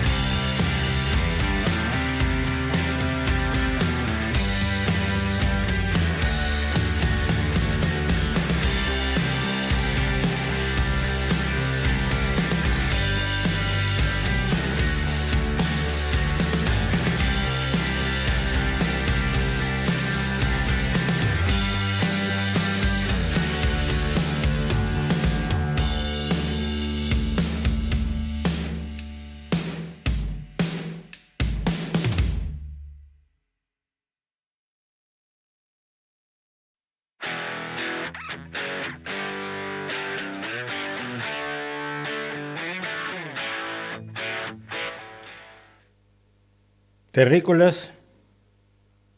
Maussan tenía razón, Maussan tenía razón, Maussan tenía razón, Maussan tenía razón. No, dicen que Maussan tenía razón. Igual no, pero... ¡Uy! Los ovnis.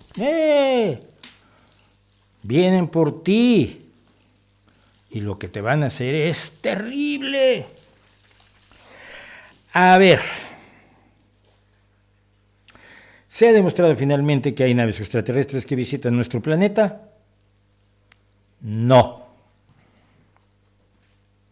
No. No. Ahora vamos desde el principio. Pero ese es lo principal. Por favor, se ha demostrado que las naves extraterrestres, que hay naves aliens, que hay naves de otros planetas, de otras galaxias, de otras civilizaciones no humanas que visitan nuestro planeta continuamente. No. No, que lo visitan una sola vez, tampoco. Nada de eso se ha demostrado. Aunque a usted, por supuesto, le han estado diciendo que sí. Bueno, vamos a ver quién le dijo que sí y por qué le dice que sí y en qué se equivoca. ¿Por qué? Para sorpresa de nadie, se equivoque. Mire, es muy curioso y esto tiene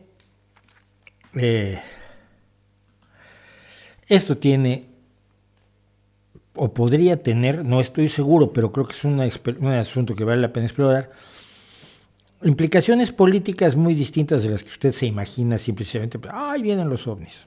Bueno, primero que nada, así como decíamos respecto de la audiencia sobre la utilización del gobierno como arma del Congreso de los Estados Unidos, se han hecho una serie de audiencias destinadas a atacar a las ramas, a los órganos independientes del gobierno, a los órganos que trabajan únicamente según las leyes y no bajo la autoridad directa del Ejecutivo, para demoler la democracia y lograr una mayor capacidad de decisión de una sola persona, del Ejecutivo, donde la persona quede encima de las leyes, o en las inmortales palabras de López Obrador, a mí no me vengan con que la ley es la ley. ¿Qué es lo que dijo? Bueno, esto no es nuevo. Como presidente, Donald Trump se especializó en afirmar que todos los presidentes anteriores habían tenido todo el poder del mundo para crear el Estado profundo, pero él no tenía todo el poder. Aunque también, por otro lado, constantemente decía que él, como presidente de Estados Unidos, podía hacer lo que se le diera la gana. Y mucho lo hizo. O sea que ahí hay una contradicción, pero bueno, él dijo que estaba fuera del control de las leyes, ahora parece que se está empezando a dar cuenta de que las leyes lo están alcanzando.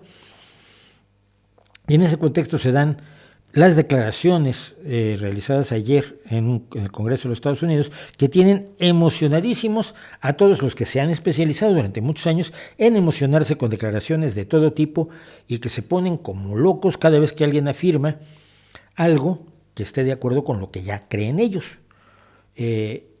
Lo que no les preocupa es pedir pruebas de lo que se afirmó. Esto es lo que se llama sesgo de confirmación. Si alguien dice algo con lo que ya estás de acuerdo, tú lo das por cierto y no necesitas más pruebas. Ya si encima tuviera pruebas sería maravilloso, pero no es el caso y no las piden. La afirmación les basta. Y al informar también, quienes han informado acerca de lo que se dijo ayer, los entusiastas de los ovnis que han informado de lo que se dijo ayer en el Congreso de los Estados Unidos, pues lo han hecho mal, a trozos y sin ningún contexto. Así que bien, ¿por qué no vamos hasta el principio? Y en el principio ya nos ubicamos. Terminada la presidencia de Donald Trump en junio de 2021, el Pentágono presentó un amplio informe sobre lo que ahora llama FANIS, fenómenos ¿cómo se llama? Fenómenos, bueno, no es fenómenos aéreos no identificados, es fenómenos atípicos no identificados o algo así. Y bueno, es lo mismo. Platos volantes. El Pentágono mostró 3 vídeos granulentos y poco nítidos que pusieron a fibrilar a la comunidad platibolera, que dijo, ahí está, ¿ves esa mancha a la mitad de la pantalla? Sí, los extraterrestres nos están visitando. Pero el Pentágono dijo que no había evidencias de que esos fenómenos no identificados, que esos ovnis, fueran naves de origen extraterrestre. En el imaginario popular siempre se nos ha quedado, y todavía cuando yo he hablado de ovnis, la gente en los comentarios se equivoca, dice, pero claro que hay ovnis. Sí, hay ovnis, mira, si miras para arriba y pasa un pájaro y no sabes de qué especie es un objeto volador no identificado. O si quieres un ovni, un objeto pajaresco no identificado. Pero ovnis hay muchos, todo lo que pasa en el cielo y no sabes qué es un ovni. Si tú ves una estrella y no sabes cómo se llama esa estrella, pues para ti es un ovni. No significa nave extraterrestre tripulada por una inteligencia de otros lugares. Naves, lo que llamaban naves extraterrestres con tripulación inteligente, NETIS. Bueno, lo que dijo el Pentágono es que no había evidencias de que estos fenómenos no identificados fueran de origen extraterrestre ni que estuvieran manipulados por una inteligencia extraterrena. Primera pregunta, ¿por qué Estados Unidos investiga todo esto si no existen las naves extraterrestres? Bueno, pues lo investiga porque es parte de la seguridad nacional. Cualquier cosa que entre en tu espacio aéreo debe preocuparte. No vale que dejes el espacio aéreo libre para que todo el mundo haga lo que se le dé la gana. Todos los países, o por lo menos los países serios o los países poderosos, vigilan su espacio aéreo precisamente para evitar incursiones. Dijo Don Evans de la NASA después de esa audiencia, no hay absolutamente ninguna evidencia convincente de una vida extraterrestre asociada con los objetos no identificados. OVNI sí, nave extraterrestre no. ¿Quedó claro? Vale. Pues esto molestó muchísimo a dos grupos, a los conspiranoicos, que ven la marca hecho en extraterrenia en todo objeto que no saben qué es, sobre todo si es borroso o un punto impreciso de unos pocos píxeles en una pantalla. Y también molestó a los trumpistas porque ellos quedaron convencidos de que el Pentágono había estado engañando a su Mesías anaranjado durante 4 años, ocultándole lo que todos los vendedores de cuentos han asegurado en Estados Unidos desde 1947, con el avistamiento de Kenneth Arnold. Que los extraterrestres con la tecnología más fabulosa, capaz de violar las leyes de la física, recorrer el universo, visitarnos como si fuéramos las Bahamas en tiempo de vacaciones, y que han logrado evitar que los vean los astrónomos que están todo el tiempo mirando el cielo, y que no los registren los controladores aéreos, y que no los perciban los radares más desarrollados que tenemos los seres humanos, con toda esa tecnología se estrellan más que un niño aprendiendo a andar en monopatín. Pero solo se estrellan en Estados Unidos, que es un país grande, pero estará usted de acuerdo conmigo que habiendo tanto planeta, llama muchísimo la atención que se estrellen solo en Estados Unidos y que solo en Estados Unidos los encuentre siempre el Pentágono, no los encuentre, no sé, un reportero de alguna, o unos adolescentes con su iPhone y se hagan unos selfies ahí con el ET, sino que se estrellan sin que nadie se dé cuenta, los encuentra el Pentágono, se los lleva junto con los cadáveres de sus ocupantes, a los que pone, por supuesto, en conserva a la vinagreta. Y luego esto todo pues lo saben cientos de miles de personas, pero en realidad solo lo conocen los conspiranoicos, porque ninguno de los que trabajan directamente con las naves, con los cuerpos de los ETs en conserva y con todo eso, ninguno de ellos ha dicho nada. Todos guardan un secreto, es increíble, porque generalmente cuando tienes secretos así, siempre hay alguien que lo cuenta, sobre todo si tiene una novia guapa con quien contárselo, o un novio guapo a quien contárselo, y de eso también vamos a hablar, si nos da tiempo, del sexpionaje, que me han preguntado mucho por él. Bueno, en estas condiciones y con este contexto que ya les habrá parecido largo, pero es indispensable, el actual Subcomité sobre la Seguridad Nacional, la Frontera y Relaciones Exteriores del Congreso estadounidense llevó a cabo una audiencia el día de ayer, 26 de julio de 2023, con el título Fenómenos anómalos no identificados, implicaciones en la seguridad nacional, la seguridad pública y la transparencia del gobierno. Ojo a esta última parte porque es muy importante. Transparencia del gobierno. Lo que se está tratando o puede estarse tratando de poner en duda, lo mismo que con las audiencias de Kennedy, es la transparencia del gobierno estadounidense hacia su propio pueblo para poder eliminar todas aquellas cosas que estén fuera del control del presidente. El objeto de las audiencias, nos dice un republicano es que los burócratas del Pentágono y Washington han mantenido oculta esta información durante décadas. Fíjate, hasta cuando estaban Bush y Reagan y Trump. Y finalmente vamos a arrojar algo de luz al respecto. Estamos trayendo testigos creíbles que pueden brindar testimonio público porque el pueblo estadounidense merece la verdad. Eso suena, sobre todo cuando tu líder es Donald Trump, eso de que el pueblo estadounidense merece la verdad, suena burla. Hemos terminado con los encubrimientos, dijeron. Y luego revistas tan tontas como Wired dicen: Estados Unidos celebra la primera audiencia sobre fenómenos aéreos no identificados. No, se han celebrado docenas de audiencias a lo largo de la historia. Yo conozco la historia de los ovnis porque estuve incluso en la investigación ovni en los años 70 y fui redactor de Contactos Extraterrestres, que algún tarado dice: estabas promoviendo los ovnis. No, hombre, si descubrimos dos que no lo eran. Pero bueno, la gente es tonta. Entonces, el republicano del que estamos hablando es este señor Tim Burchett. Tim Burchett, que tiene un club de creyentes en el Pie Grande, que se reúne los sábados a las 5 de la tarde en una pizzería, en serio. Todo esto es en serio. Y al que él, ahora no sé si vaya como congresista, pero cuando era alcalde del condado de Knox, decía que iba a todas las reuniones del club de los Pies Grandes y declaró un día el Pie Grande, el Día del Pie Grande. Pues uno de los personajes, por cierto, que rechazó el resultado de las elecciones de 2020 y asegura que no confía en el gobierno, ni siquiera cuando lo encabezaba Donald Trump. ¿Quién encabeza el comité? Pues este señor, que tiene la característica muy notable de ser incapaz de ponerse bien la corbata ni para la foto oficial como congresista de los Estados Unidos.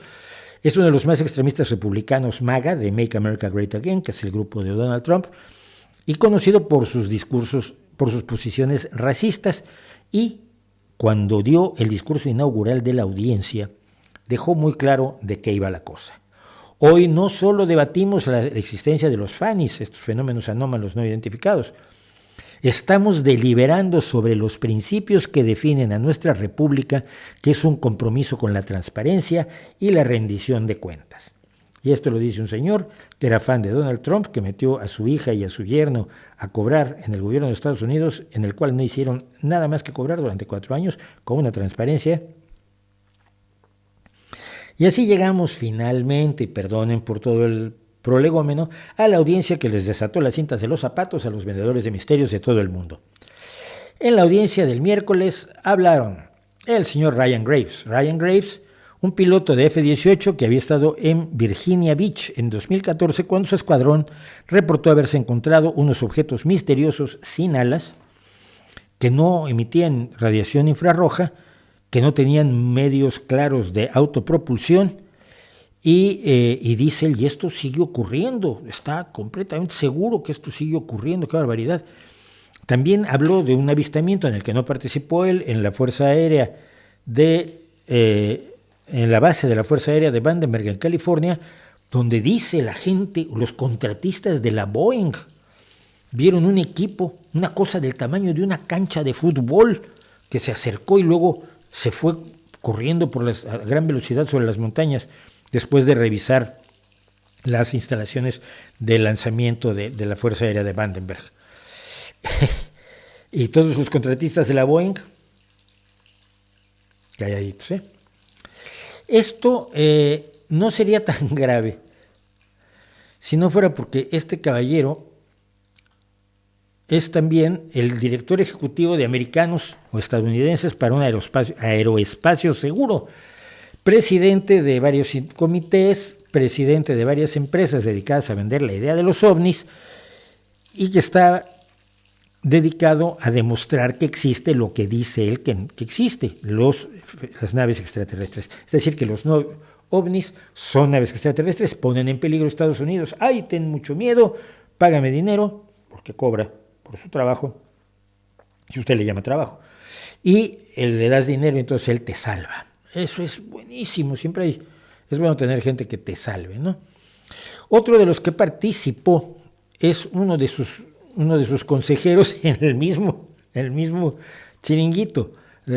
el Consejo de Liderazgo de Personal Aéreo, que es David Fravor. David Fravor es el señor que tomó el vídeo del tic-tac. Le llaman el vídeo del tic-tac porque dice, según él, que el vídeo que tomó es como estas pastillitas para el aliento que se llaman tic-tac.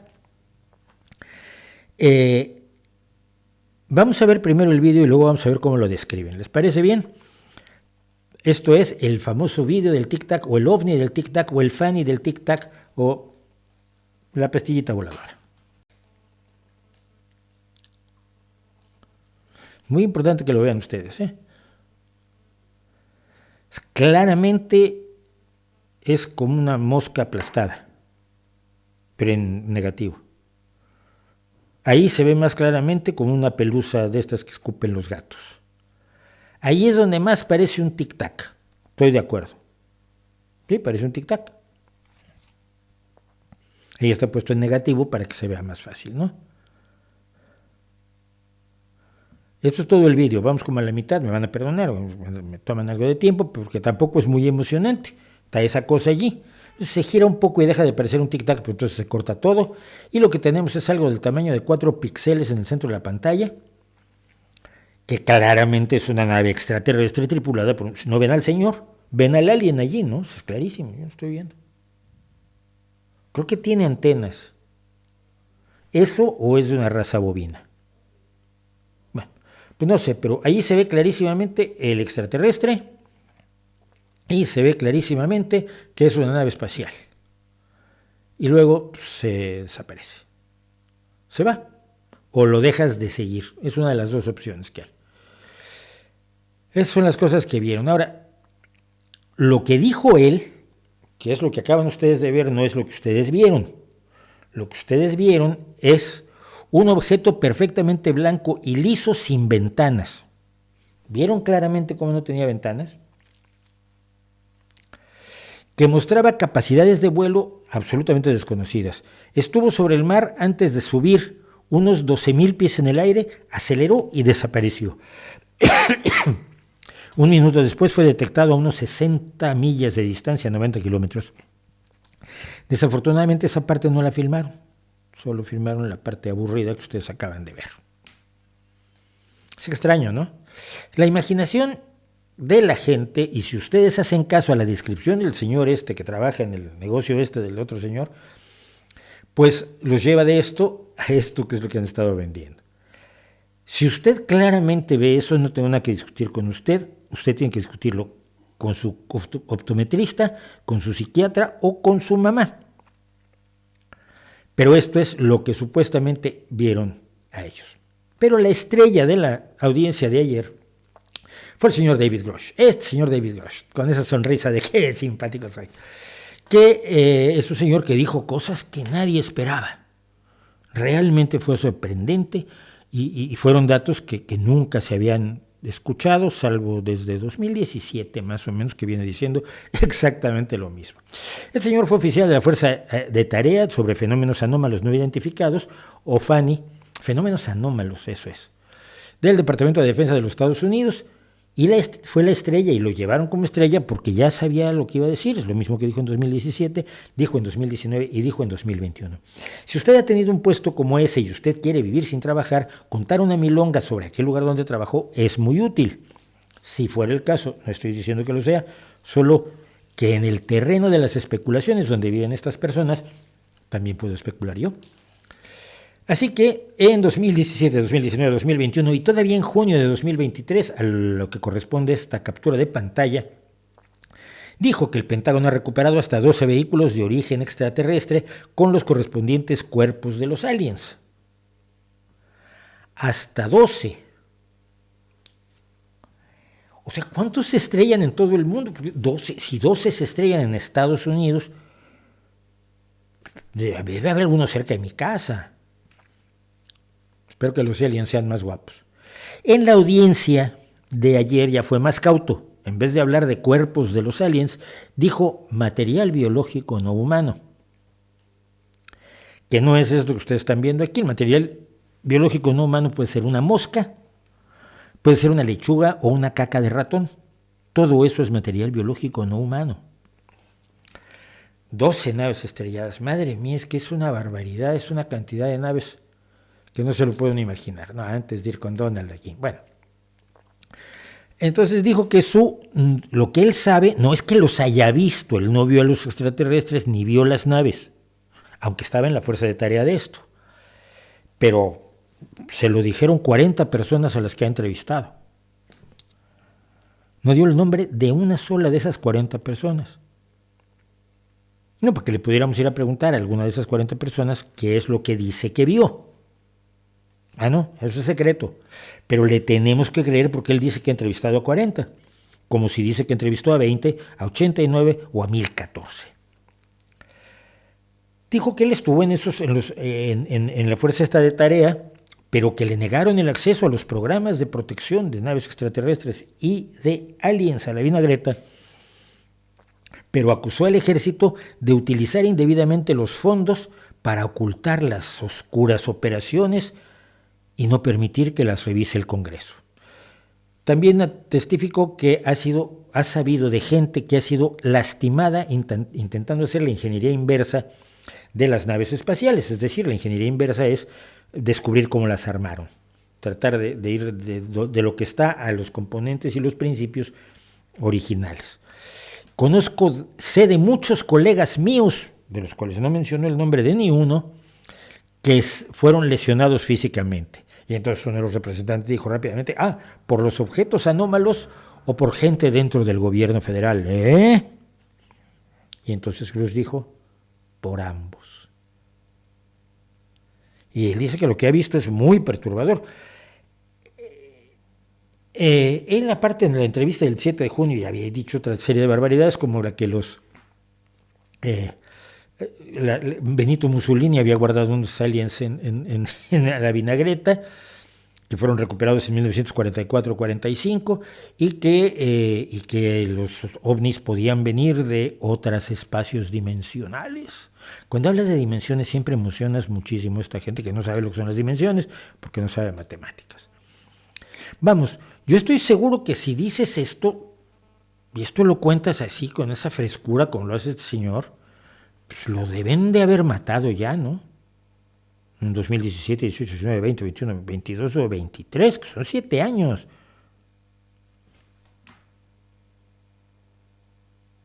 Porque además, lo que se calcula es que ha ganado unos $12 millones con todo este negocio. Y anda sin guardaespaldas. Y nadie lo ha molestado. Pero vamos, una uña enterrada no ha informado que le hayan causado debido a sus informes sobre la verdad del fenómeno ovni. Y esto pues es muy raro. O no es tan raro porque ya ha pasado antes. Miren, este es Donald Keyhoe. Donald Keyhoe fue un piloto de los Estados Unidos, un piloto de la Armada de los Estados Unidos, un piloto aeronaval, que desde 1950 escribió varios libros delatores que le permitieron también ganar una buena cantidad y poder vivir sin trabajar. Y en 1955 todavía pasó de contar la verdad sobre los ovnis a decir que había una conspiración de platillos voladores, The Flying Saucer Conspiracy, que pues, es mucho más rentable, las conspiranoias son más rentables que nomás contar las cosas, acusando, miren qué original es Grush, a elementos del gobierno de los Estados Unidos de estar participando en una conspiración para ocultar el conocimiento de los platillos volantes, que ahora ya no son platillos volantes, pero antes eran platillos volantes, y todo el mundo se lo creía como tal. Keyhoe dice que hay un grupo de silencio que orquesta esta conspiración. Entonces pues, siguió viviendo sin guardaespaldas y cobrando sus derechos de autor hasta morir en 1988 a la sana edad de 91 añitos, don Donald Keyhoe. Otro proyecto anterior de los muchos que ha habido para analizar el fenómeno ovni, insisto, esto no es nada nuevo, estuvo el proyecto Script, estuvo el proyecto Purge, fue el proyecto Libro Azul, y su asesor científico, curiosamente, fue este señor al que yo conocí cuando andaba de gira por el mundo comprando por ovnis, el señor J. Allen Hynek, que era el asesor astronómico del proyecto Libro Azul, que se dedicó a analizar los casos de ovnis que se conocía, que tenía el Pentágono y la NASA hasta entonces, y determinaron que había como un 98% de casos que se explicaban fácilmente y había 2% de casos que no eran explicables. No, que no se habían explicado. No explicado e inexplicable lo confunden mucho las personas que viven alrededor de Maussan o de Iker Jiménez, pero no son lo mismo. Cuando algo no está explicado es que no has hallado explicación. Cuando algo es inexplicable es que nunca vas a hallar la explicación. Muchos fenómenos son inexplicados porque no tienes datos suficientes para saber las condiciones sobre las cuales existe el informe, la foto, el vídeo, la grabación, etcétera, para determinar cuál es la explicación, simplemente por falta de información. Y eso no quiere decir que sea inexplicable y mucho menos quiere decir que sea extraterrestre. Bueno, pues el señor Allen Hynek, también por ese pequeño asunto, decidió que se convertía en creyente de los ovnis, empezó a escribir libros, empezó a hacer giras por todo el mundo, cuando yo lo conocí, porque todos ellos, cada uno de los mencionados, ha fundado organizaciones que se dedican al estudio ovni y que les dan un sueldo gordo a ellos como sus jefes, presidentes, directores generales o líderes mesiánicos. Total, que transparencia poca la que se da en estas audiencias, porque el señor Grush, que era el héroe de esto, nunca dijo nada, no hizo nada de transparencia, no dio los nombres de sus jefes, los nombres de las personas a las que entrevistó, los nombres de sus amigos que han sido heridos, lastimados, me están persiguiendo por contar la verdad. Eso siempre tiene mucha cartel en el mundo de los Iker Jiménezos.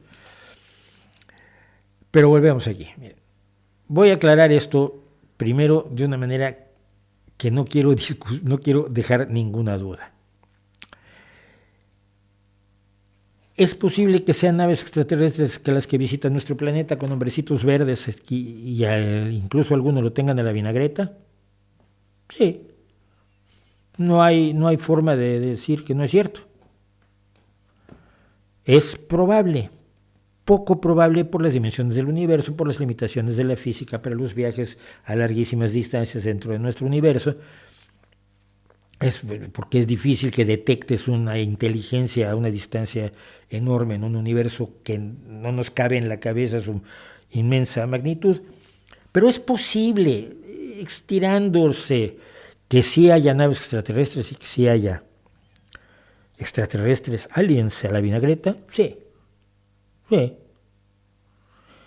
¿Y qué se requiere para que alguien como yo, que me río mucho de estas cosas porque llevo 50 años en ello, para que alguien como yo lo acepte? Pues muy fácil, las naves extraterrestres, las pruebas biológicas de los ETs, los aliens, un trozo de tejido que se puede analizar independientemente, las aleaciones estas misteriosas, los motores que pueden infringir las leyes de la relatividad, pruebas, evidencias, hechos, información, no testimonios. Testimonios tenemos muchísimos desde 1947.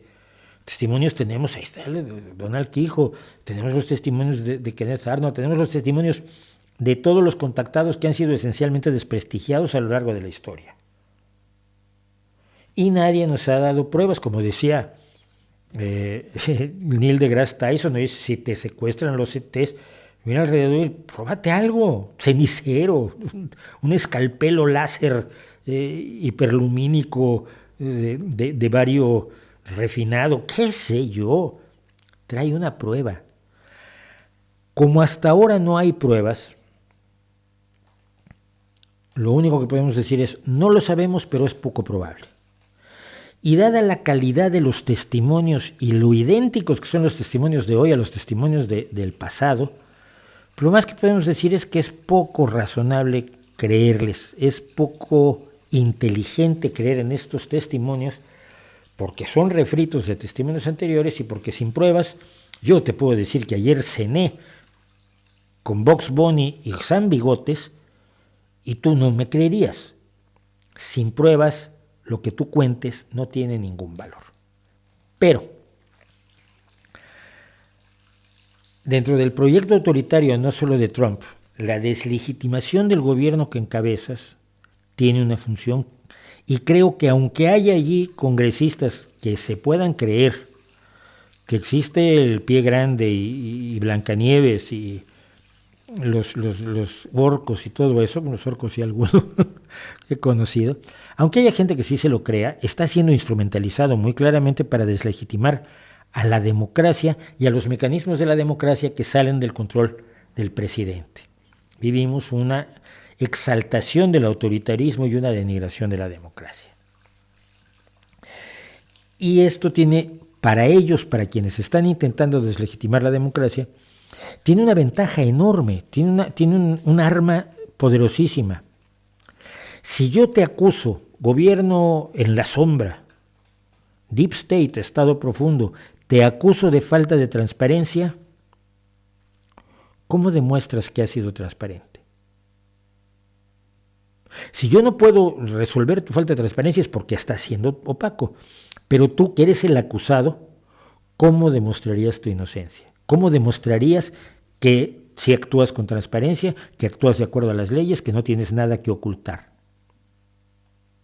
¿Cómo lo demuestras? ¿Cómo demuestras en la Inquisición, cuando te acusaban de no creer en la Santísima Trinidad, que sí creías en la Santísima Trinidad? Claro, tú en el juicio podías decir que creías en la Santísima Trinidad, pero tus acusadores decían que no, que ahora estabas mintiendo. Entonces te torturaban un poco. Pero si seguías diciendo que creías en la Santísima Trinidad, pues era porque bajo tortura la gente dice lo que sea. Entonces son los efectos de la tortura y en realidad no crees en la Santísima Trinidad. Es decir, es un callejón sin salida, es una trampa absoluta y es la que y creo que se está utilizando más para deslegitimar las instancias independientes del gobierno que para demostrar que ya llegaron los extraterrestres, porque este tipo de tontería, este tipo de afirmaciones sin base alguna, este tipo de declaraciones de gente que se beneficia de sus declaraciones, solo entusiasman y emocionan a gente de la calaña bastante despreciable de los ufólogos, los misteriólogos, los Jaimes Maussanes, los Íqueres Jiménez y toda su tropa. Y ya no me va a dar tiempo de hacer mucho más. Dice Tony Luis, vamos a hacer un poquito de chat porque he hecho poco chat. Es que esto iba a ser largo, pero no era necesario hacerlo aunque fuera largo. Ustedes disculparán y perdonarán.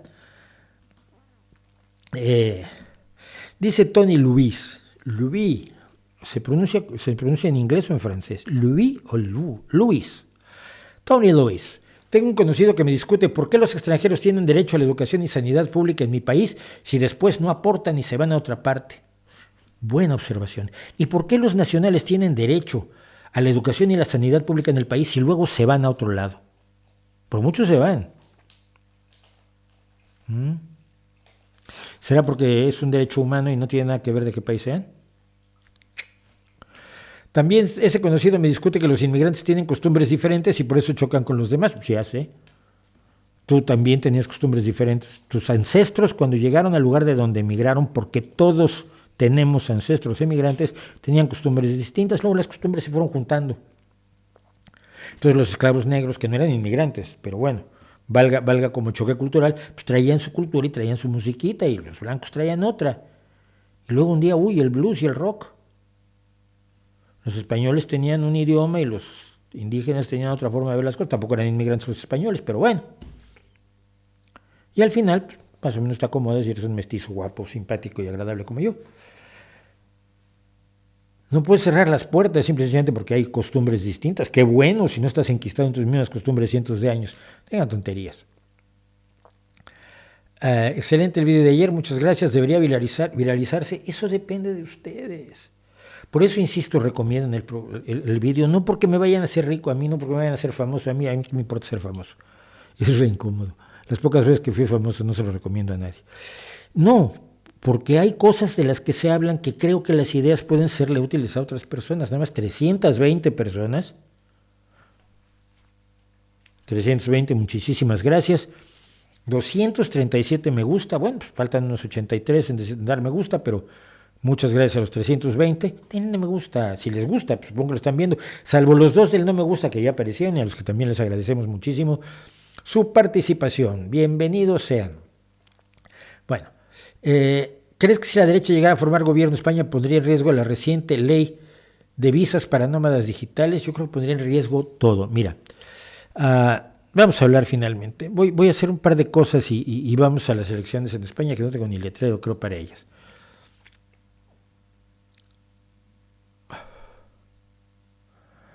No, legalizar la elección de sexo a niños y niñas desde los 12 años, los países que lo han hecho ya están reculando, que es el caso del Reino Unido.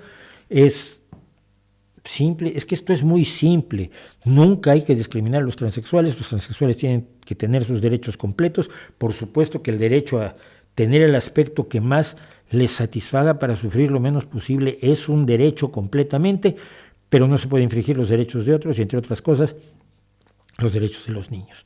Entonces se tiene que llegar a un equilibrio, todo se está jugando en los niveles del extremismo, y en el extremismo no va a resolverse absolutamente nada, y por eso es precisamente por lo que entrevisté hace unas semanas a Mel Supernova.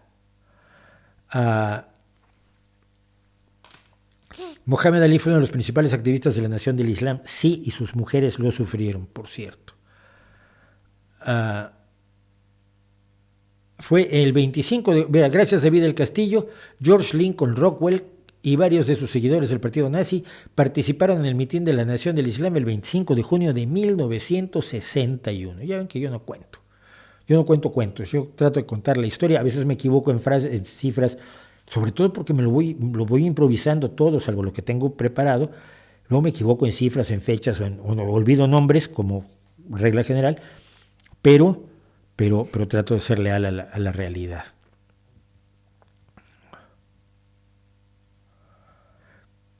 ¿Consideras que puede haber políticas de identidad razonables y justificadas? Por ejemplo, las leyes de paridad de género en gabinetes políticos o espacios no mixtos de género. ¿Eso por qué es política de identidades? No, eso es igualdad, no es política de identidades. No sé quién es Jim Carroll, o sea que mira, si es un grande del punk, no me enteré yo.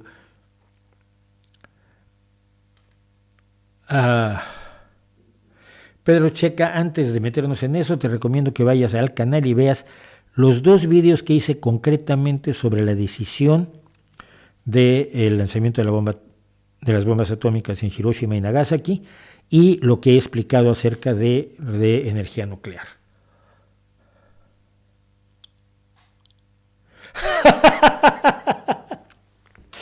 ¡Qué bueno! Visual Politics se está convirtiendo en un canal de comedia o en un canal de ultraderecha, pero no sé, en el Visual Politics de Sudamérica están entrevistando puros nazis. La doctora Brandolino estuvo, Chinda Brandolino, es un ser absolutamente despreciable, nazi, antisemita y horroroso. Pero dice, Break BK dice, un video de Visual Politics publicado ayer dijeron que el PP actualmente es de centro y que Feijóo es un socialdemócrata de centro. Ajá. ¿Qué de cierto es eso? Tan cierto como que yo soy el conejito de Pascua. No, hombre. Alberto Núñez Feijóo ha seguido la tendencia del PP a moverse hacia la derecha de manera tan absolutamente ridícula que ha acabado coincidiendo con Vox, que es un partido nazi, y lo hemos demostrado. No quiero gritos. Visual Politics dice eso porque Visual Politics es un grupo de derecha, y de derecha muy militante, que lo ha sabido disimular bastante bien, en plan, ¡ay, qué simpáticos somos, amiguitos! Os traigo yo una idea, una cosa preciosa, cuando Hitler acariciaba a su perrita. Pero más atrás de la cuestión de la sobreactuación está el hecho de que han defendido siempre posiciones de ultraderecha y que nunca han sido gente que defendiera siquiera la socialdemocracia que ahora le quieren atribuir a Núñez Feijóo. La socialdemocracia es lo que está haciendo el PSOE, y a veces más tibio de lo que en algunas cosas quisiéramos en el PSOE. Por eso todavía queda tanto que hacer y por eso se cambian los programas políticos. Si es así, en ese canal deben haber estado bebiendo mucho últimamente. Yo creo que más que nada lo que tienen es un problema. Creyeron que iba a ganar el PP y no. Y sufren enormemente. Bueno, ¿crees que la inclusión en las películas no es más que una continuación del tokenismo? A veces sí, a veces no, a veces funciona, a veces no, a veces es un exceso, a veces no, a veces ni siquiera es eso, es simple y sencillamente que pues, está bien incluir a la gente y ya, sin ser tokenistas. No creo que se puedan meter a todas las películas dentro del mismo espacio en el que quiere meter a alguien, o los de la inclusión o los de la exclusión, que luego los de la inclusión son los más excluyentes. No puedes juzgar a todas las películas, a todos los directores, a todos los guionistas, a todos los productores y a todos los estudios y a los muchísimos intereses que tienen los accionistas y los tomadores de decisiones de todos los estudios en una sola concepción simplona. Lo de siempre. Vivimos en un mundo complejo. Nadie se mueve por una sola motivación. Todos tenemos motivaciones múltiples para movernos. Todos tenemos intereses diversos. Todos tenemos deseos, a veces en contradicción. Todos actuamos de la mejor manera que podemos y a veces actuamos mal y a veces actuamos contradictoriamente y a veces actuamos bien de maneras distintas.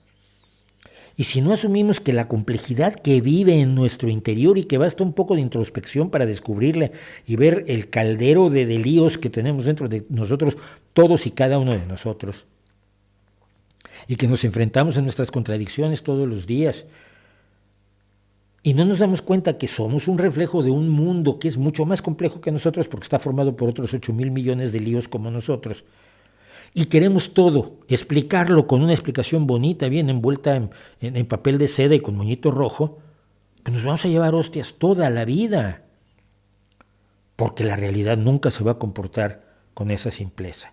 Las razones y las consecuencias y lo que pasa con las películas son muy diversas. Algunas sobrevivirán, otras desaparecerán. Mucho del cine que se hizo antes de hoy ya no lo tenemos. ¿Por qué no se hace el cine de antes hoy? Porque lo que quedó es lo clásico. Y el resto se olvidó, se tiró, se mantiene allí para que los historiadores del cine lo manejen. Como pasa con la pintura y con la literatura y con la poesía. Tenemos el teatro del siglo de oro. Se escribió 20 veces más teatro que el que nos quedó del siglo de oro. Pero el que nos quedó es el bueno. El 90% de todo es basura, decía el escritor de ciencia ficción Theodore Sturgeon, y tenía razón. Lo que pasa es que el tiempo decanta la basura de lo bueno. Así que vamos a analizar las cosas en su complejidad. Sí, muchas gracias.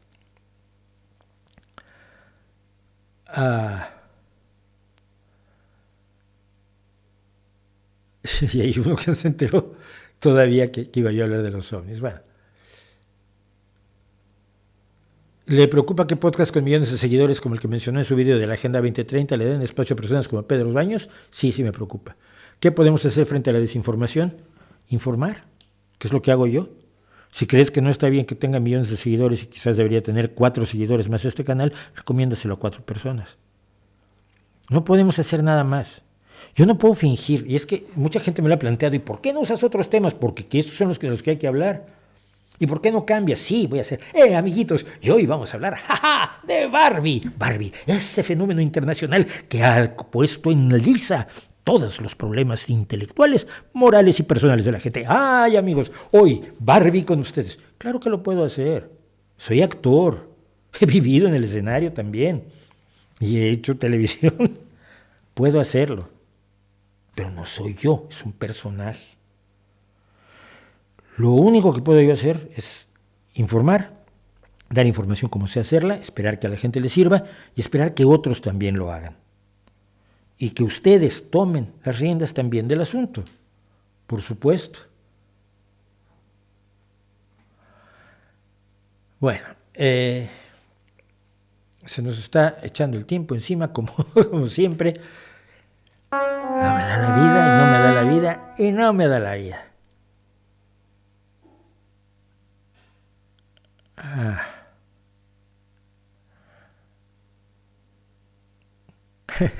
Es buena esta observación de Juan Francisco Jara, que fue del Círculo Escéptico. Parece ser que para ver ovnis hay que ser militar estadounidense, mientras que los del SETI, que llevan décadas buscando vida afuera, no ven nada. Yo llegué a prestar mi computadora. El tiempo libre de proceso que tenías, te conectabas al SETI, entonces usaban ciclos de tu computadora para analizar las señales que estabas recibiendo de los radiotelescopios que estaban implicados en la búsqueda, el programa SETI. Y durante como 2 años, todo el tiempo libre de mi computadora se usaba para esto.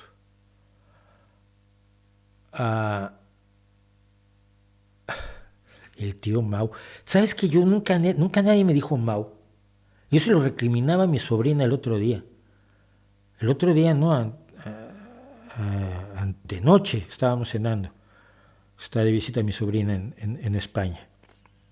Mucha gente lo sabe, vive en el Reino Unido. Y estaba mi sobrina y le digo, me dicen Mau por tu culpa. A mí siempre me dijeron Mauricio. Y la pequeñaja decidió un día que era muy complejo y tío Mau. Y ahora me dicen Mau todos. Es horrible.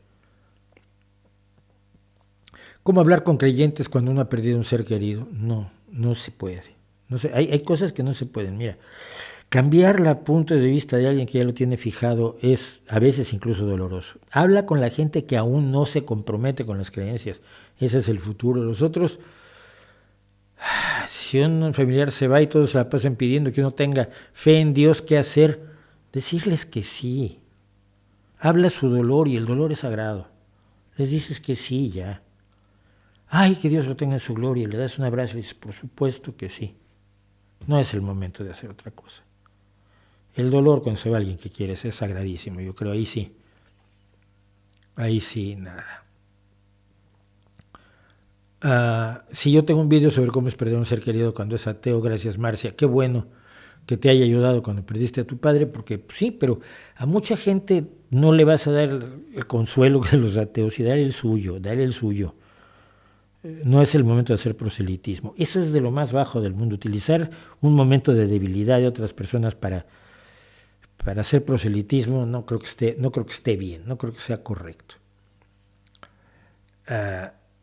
Bueno, ¿de qué más iba yo a hablar? Es que creo que hay algo que olvidé.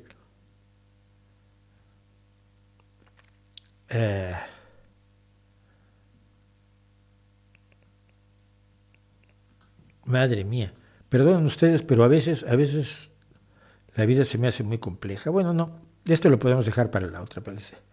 No, vamos a hablar de eso. Vamos a dar unos minutos más de chat y luego vamos a hablar de sexpionaje. Ya, total. ¿Podrías describir y ejemplificar el wokismo? Sí. El wokismo es la idea de que la gente que no estaba consciente de las injusticias sociales despierta y se da cuenta de que existen efectivamente graves injusticias sociales. Be woke es estar despierto.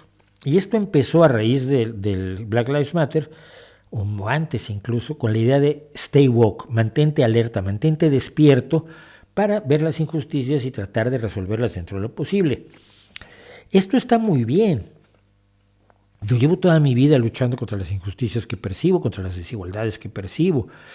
El punto es que algunas personas lo han tomado como una especie de religión o como una forma no de hacer justicia, sino de invertir la injusticia. ¿Me entiendes? Decir que el antídoto a la barbarie del machismo es la barbarie femenina, en vez de la igualdad. No puedes pagar el dolor que causaron ciertas instituciones sociales en el pasado. No puedes ir con todas las mujeres a las que no se les permitió desarrollarse porque la sociedad así era. Y decirles, uy, perdón, ahora sí puedes estudiar para bióloga o ahora sí te puedes dedicar a la minería de cobalto. Pues no.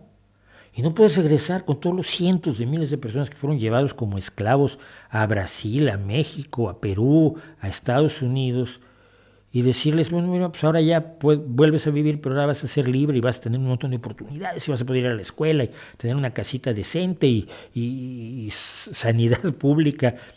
No puedes. Los horrores del pasado están ahí para educarnos, por lo menos tenemos que usarlos, no están para educarnos, pero podemos usarlos para educarnos ya que no podemos corregirlos. Y estar conscientes de ellos nos permite ser mejores hoy. Hoy mi sociedad es mucho menos sexista, mucho menos racista, mucho menos clasista, mucho menos salvaje, mucho menos proviolencia de lo que era hace 20, 50, 100 años. Entonces, Hay una parte del wokismo en la que yo me adscribo totalmente, el estar conscientes de las injusticias, a veces de las que no te das cuenta, o que están tan institucionalizadas, tan metidas.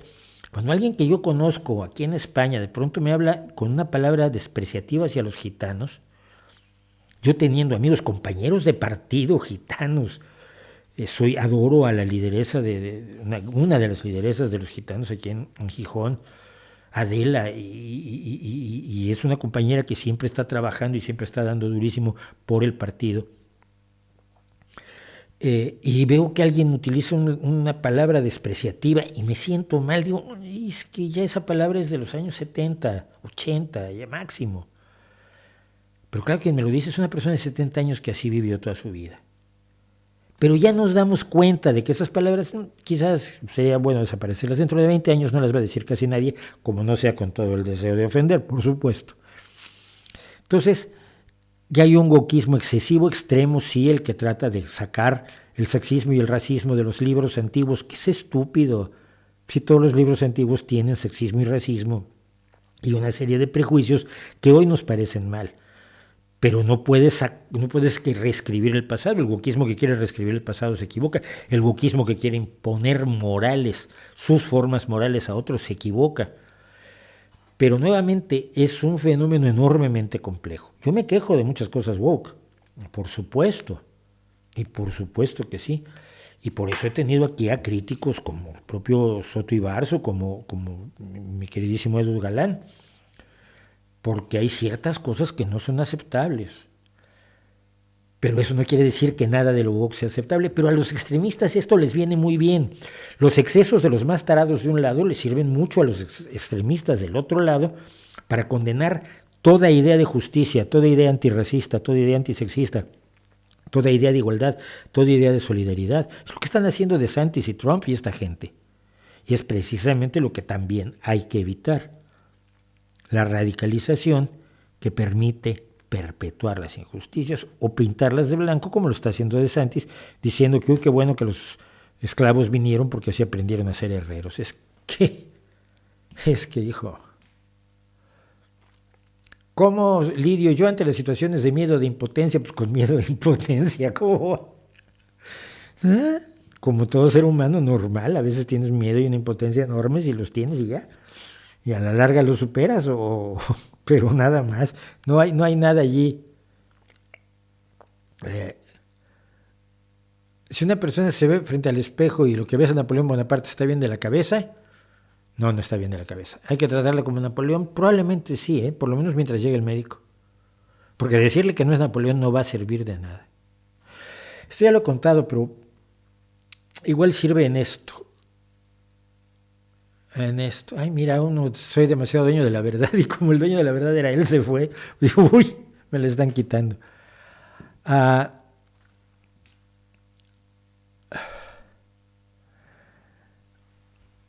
No hay nada más aterrador que una persona con un grave problema de esquizofrenia. Por lo menos yo nunca he visto a nadie más preocupante y aterrador. Yo he estado con por lo menos 2 esquizofrénicos, probablemente 3. Una de ellas, cuando yo estudiaba psicología, nos llevaron al Hospital Fray Bernardino de Sahagún en México, es un hospital psiquiátrico, a conversar con una mujer brillante, ella, absolutamente brillante. Estuvimos hablando a largo rato y la mujer era muy inteligente, era muy aguda en sus análisis, hasta que llegaba un momento, hablando de su vida personal, donde empezaba a hablar de sus alucinaciones como si fueran reales. Y no puedes decirle que se equivoca.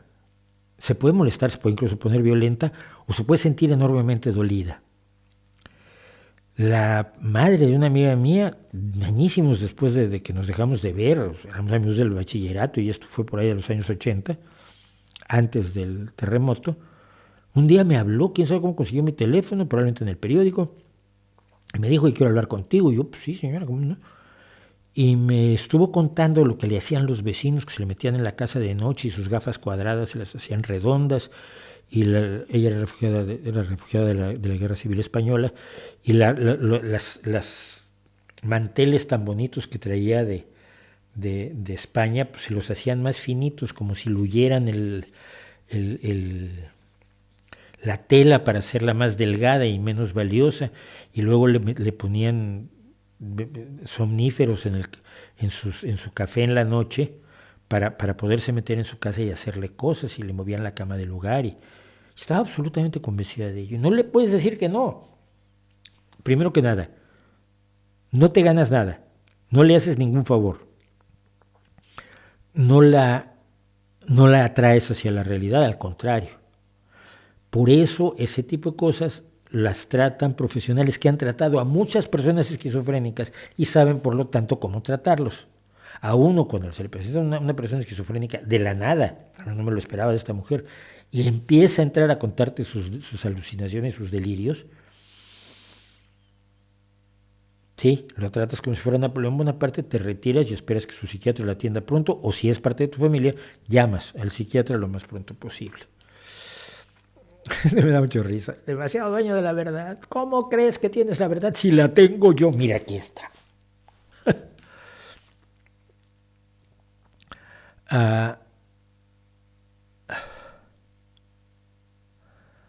Gracias. Les gustó el video de ayer. Gracias por la mención de Columbo. Es que Columbo me caía muy bien. Columbo era uno de mis héroes culturales.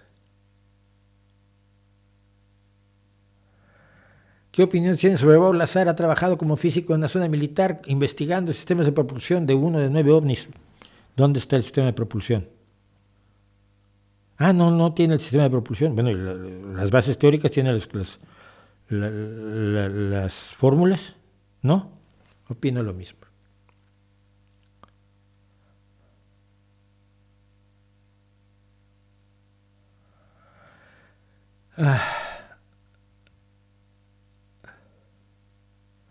Fíjate, aquí alguien nos recuerda que México ayudó durante el Katrina, mandó al ejército y sus cocinas móviles para ayudar con comida caliente. Es que sí, bueno, eso de no necesitamos ayuda, somos un país muy macho, por Dios.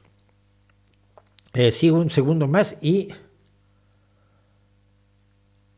mira, está bibliofílica, hola, no me cae bien.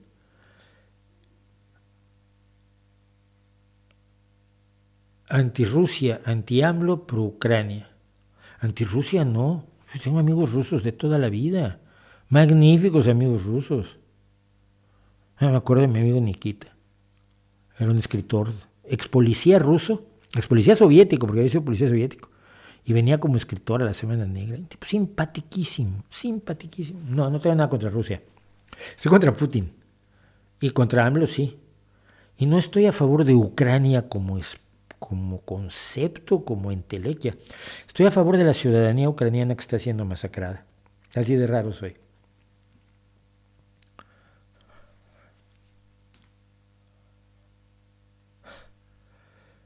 No, nunca he escuchado a Jacob Collier.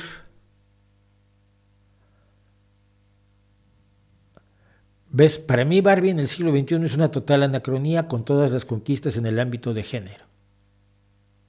Pues las Barbies ya tuvieron esas conquistas en el ámbito de género. Es tratarle de imponer, no de mover la realidad, que todos tratamos de mover la realidad, es el tratarle de imponer tu visión personal a toda la realidad. Mira, esto lo decía yo el otro día y creo que viene al caso. La mayoría de la gente te dice que no se puede cambiar el mundo. Todo el mundo tiene una receta para cambiarlo. Todo el mundo te dice, esto es un anacronismo, había que quitarlo, y había que hacer eso, y había que hacerlo otro. Y el convertido en tirano uno tiene siempre maravillosas ideas para todo. Pero la mayoría de la gente ya en el terreno serio te dice que no se puede cambiar el mundo, que hay inercias horribles, y las inercias políticas, y las empresas, y el gran dinero, y los bancos, y las conspiraciones y las religiones que son poderosísimas, que es cierto, todo esto es cierto, todo esto es absolutamente cierto, y los juegos de poder entre potencias y el comercio y quién controla, quién decide una serie de cosas y qué hacen los científicos y cómo se consiguen los científicos el dinero para investigar cosas que quizás nos resultaría interesante a nosotros que investigaran y cosas así. Se ve todo tan complicado que siempre la gente te dice, no es posible cambiar el mundo. Y entonces, esto inmoviliza, esto te hace echarte para atrás, esto te hace dejar de participar en la medida en que puedes participar en una serie de cosas, en la asociación de vecinos, en la asociación de padres de familia o diciendo tonterías en las reuniones familiares. Pero, y los invito a que piensen en esto, miren para atrás, hemos hablado de cómo ha cambiado el mundo, ¿no? Desde la primera Barbie en el 59 a hoy. Ha habido un cambio clarísimo. He hablado en muchas ocasiones de los avances que hemos tenido en indicadores sociales importantes a nivel mundial, como el hambre y la pobreza, lo cual no quiere decir que no haya muchísimo camino por andar, quiere decir que se han dado parte del camino. Miren para atrás 100 años, 1923, ¿en qué condición estábamos? ¿Qué tal era el racismo? ¿Qué tal era la injusticia? ¿Qué tal vivían los trabajadores? ¿Qué tal que ponías un sindicato y te rompían toda la cara, pero toda? De acá y para todos los lados. ¿Qué tal que vamos 300 años atrás y tú decías todos los hombres son iguales y llegaba el rey y te decía, por favor, ejecútenlo porque dice que es igual a mí? Entonces hacían como se ejecutó, no me acuerdo a quién, que fue horrible, que unieron dos sauces, estiraron dos sauces con muchísima fuerza, le amarraron uno a una pierna, otro a otra pierna, luego lo soltaron. O sea, hacían los reyes. Hoy no hay rey que se atreva a hacerlo. Mira más para atrás. Mira más para atrás. Han cambiado las cosas, el mundo ha cambiado. Muchísimo. En los últimos 20 años solamente, yo tengo muy mala memoria, pero lo que tengo conciencia es más o menos de los últimos 20 años, el cambio ha sido brutal en una serie de cuestiones importantísimas y relevantes para la felicidad de la gente. ¿Quién lo cambió? Si no se puede cambiar, ¿cómo es que se cambió? Si el mundo no se puede cambiar, ¿cómo es que haya tanta diferencia entre el imperio austrohúngaro y la Alemania de hoy? No sé. Entre la España de Isabel la Católica y la España de hoy. ¿Quién lo cambió? Porque que cambió, cambió. Entonces, primera premisa, sí se puede cambiar el mundo. Segundo asunto, ¿quién lo hace? Pues algunas personas, en gran medida. Reyes políticos, militares, científicos, inventores, artistas, creadores que promueven ideas fantasiosas que luego se vuelven realidad, pensadores, sobre todo cuando pensadores no se creen filósofos porque no salen de las facultades de filosofía, abogados como Voltaire, por ejemplo, ¿no? Era abogado.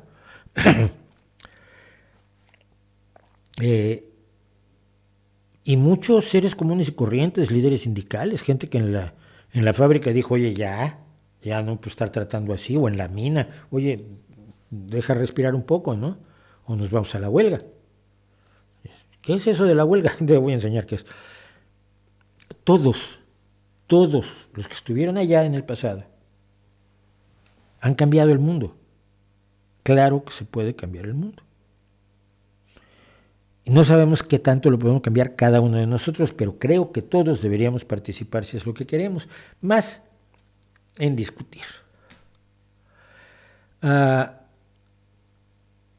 Iron Maiden, ¿has escuchado esta banda? Sí, los he escuchado, me gusta muchísimo Iron Maiden. Y Rammstein nunca me gustó. El cosplay en el escenario no me gusta, se los he dicho siempre, ni Ghost, ni Slipknot, ni toda esta onda de... No me gusta, no me distrae mucho de la música. Me gustan las cosas que apoyan a la música. Me gusta la presencia escénica que apoya a la música, pero no me gusta el cosplay, nunca me han gustado esos grupos. Habrá alguno que me guste, Kiss, no podía yo mucho con ellos, aunque sí, ya sé que 2 o 3 canciones de Kiss al final, todos caemos en alguna canción de Kiss, ¿no? I Was Made for Loving You o alguna de estas. Se podría tener 2 enfermeras imaginarias, claro, pero a ver, debemos haber tenido 12 años, tardamos en darnos cuenta que en nuestra imaginación podía haber 2 enfermeras.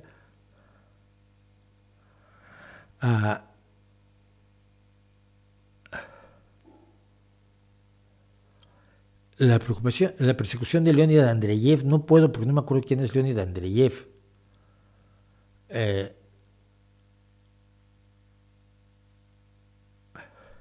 Si no le gustó a Ben Shapiro, seguro me gusta Barbie. Pero seguro me gusta Barbie. Bueno, no voy a poder hacer todo con ustedes, pero sí quería yo hacer esto de lo que ya no encuentro. No sé dónde puse el letrero. Así. Sexpionaje a la trampa de miel. Es que alguien me preguntó, y ya en 2 o 3 ocasiones, incluso por el correo, que ya casi no veo. Por cierto, disculpas si me están escribiendo en el correo. Ya saben que no me da la vida. Me han preguntado si en realidad se ha usado el sexo en el espionaje, lo cual me parece casi infantil. Es decir, en el espionaje se utilizan todas las armas posibles. En la guerra se utilizan todas las armas posibles.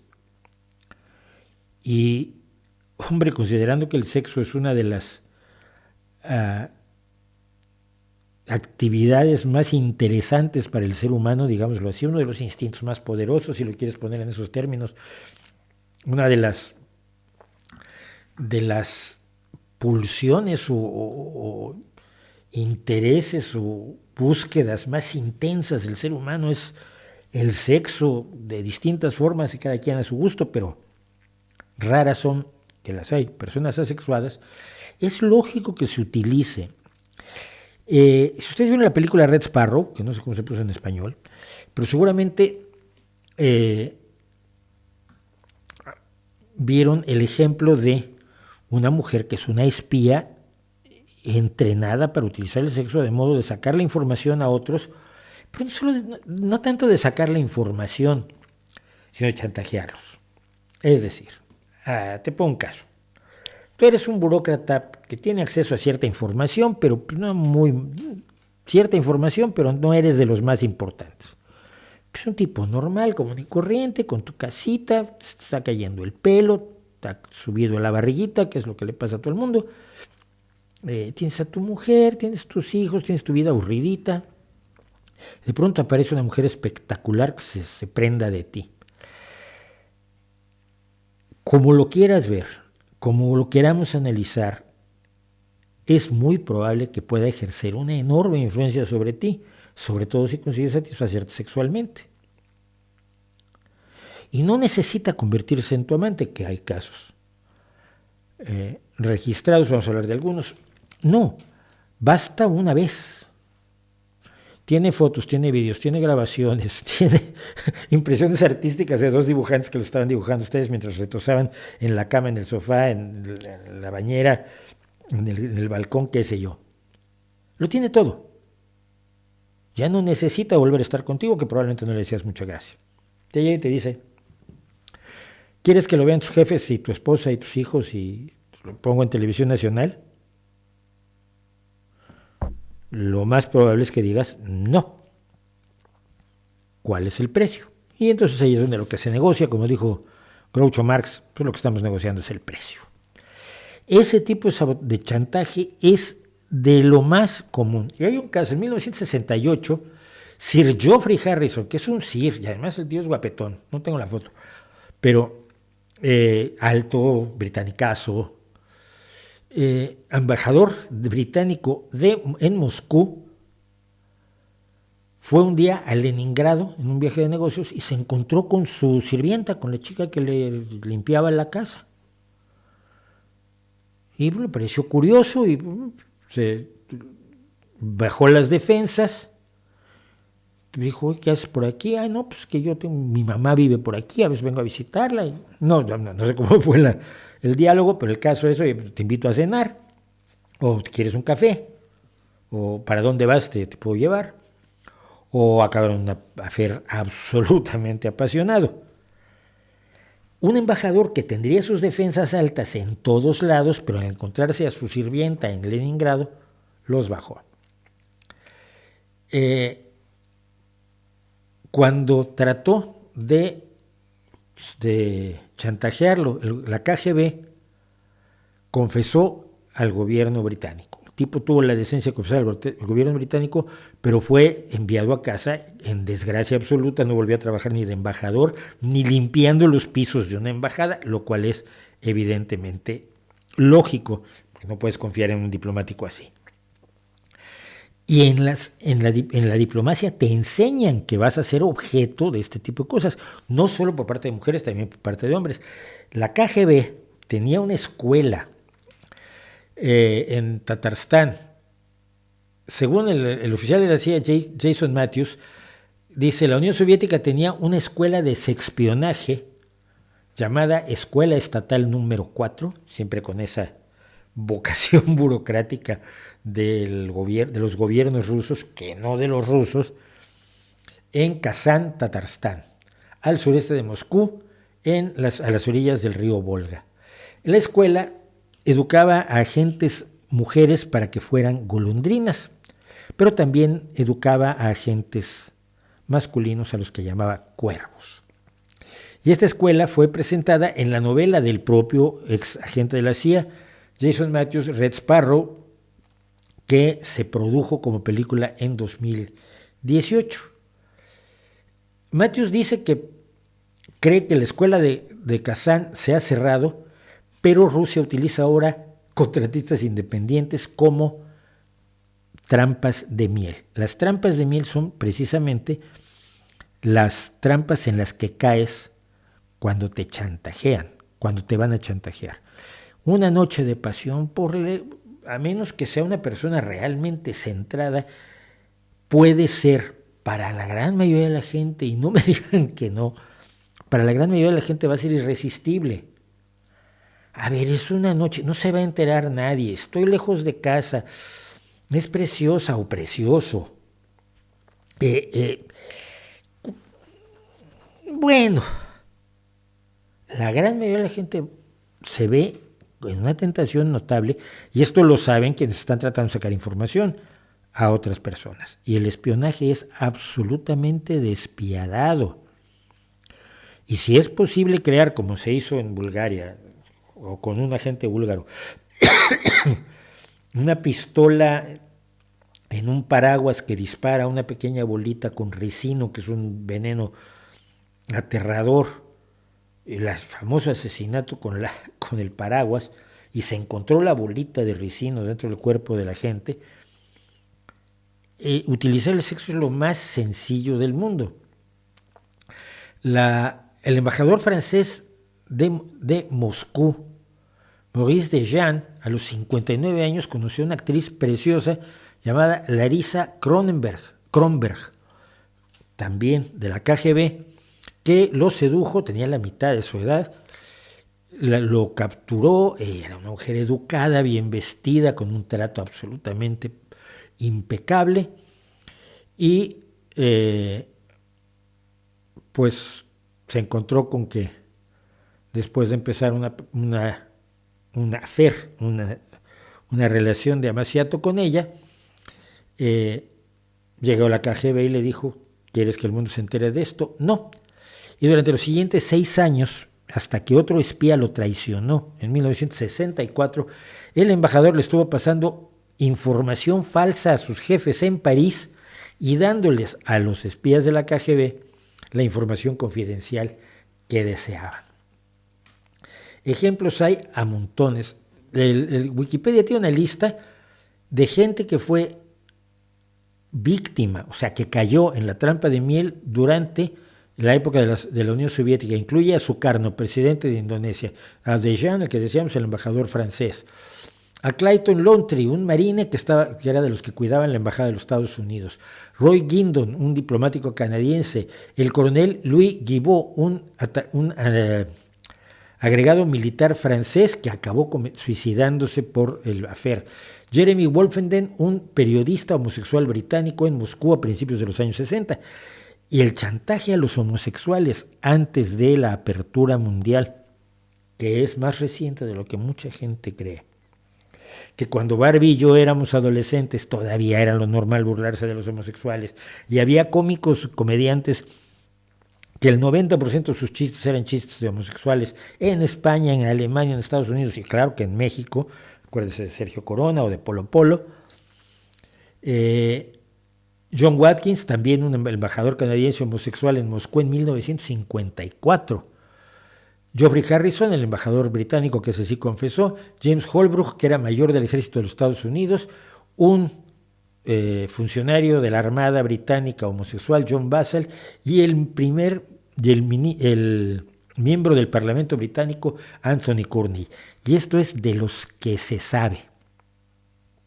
Es decir, hay seguramente cientos de casos en los que no se sabe. Ahora, nos hemos centrado en esto porque es muy conocido cómo usaba la Unión Soviética y seguramente Rusia ahora, cómo usaba el sexo para el espionaje. Muy recientemente Anna Chapman fue una espía, una golondrina rusa que fue intercambiada por el doble agente Serge Skripal, y Serge Skripal es el que finalmente fue asesinado en el Reino Unido, fue víctima de un atentado en el Reino Unido junto con su hija en Salisbury. El punto es, seguramente los Estados Unidos y Francia e Italia y Alemania y probablemente España en algunos momentos ha tenido, sobre todo en momentos de guerra, espías así. La más famosa espía que usaba el sexo, que presuntamente usaba el sexo para hacerse de información como espía, era inocente y fue Mata Hari, que fue finalmente ejecutada por su acusada de espía. Ella era lo que se llamaba una bailarina exótica, una mujer una holandesa que se hacía pasar por una especie de hindú o de mujer de Oriente mística y demás, que hacía bailes que llamaban bailes exóticos, en aquel entonces danzas brahmánicas, y que usaba el nombre Mata Hari, que en idioma malayo significa ojo del día o sol, y se vio involucrada en la Primera Guerra Mundial y fue ejecutada siendo increíblemente, como se ha podido demostrar después, inocente. Así que la pregunta me pareció un poco ingenua, porque es evidente que se ha utilizado el sexo, como se ha utilizado absolutamente todo, para vencer en guerras y en este caso, para el espionaje. Y vamos a terminar con algo de chat, que me quedan 4 minutos, no da tiempo de contar ninguna de las otras cosas, así que no les puedo contar sobre las iglesias bautistas y su lío con las mujeres, ni ninguna de las otras, ni la búsqueda de la libertad, ni lo de la inteligencia artificial. Como ha salido también un poco, ya no está tan al frente, como que un poco el boom fue boomcito, pues ya no quiero hablar mucho, ya no tengo grandes temas que hablar de la inteligencia artificial. Sigo pidiéndole a las inteligencias generativas una persona tocando un violín azul realista y siguen fracasando. Algún día lo lograrán. ¿Cómo se llama tu libro donde habla sobre los cómics de Hanna-Barbera? Bueno, no los cómics, los dibujos animados. Ese libro está escondido atrás de la izquierda de Feng Shui.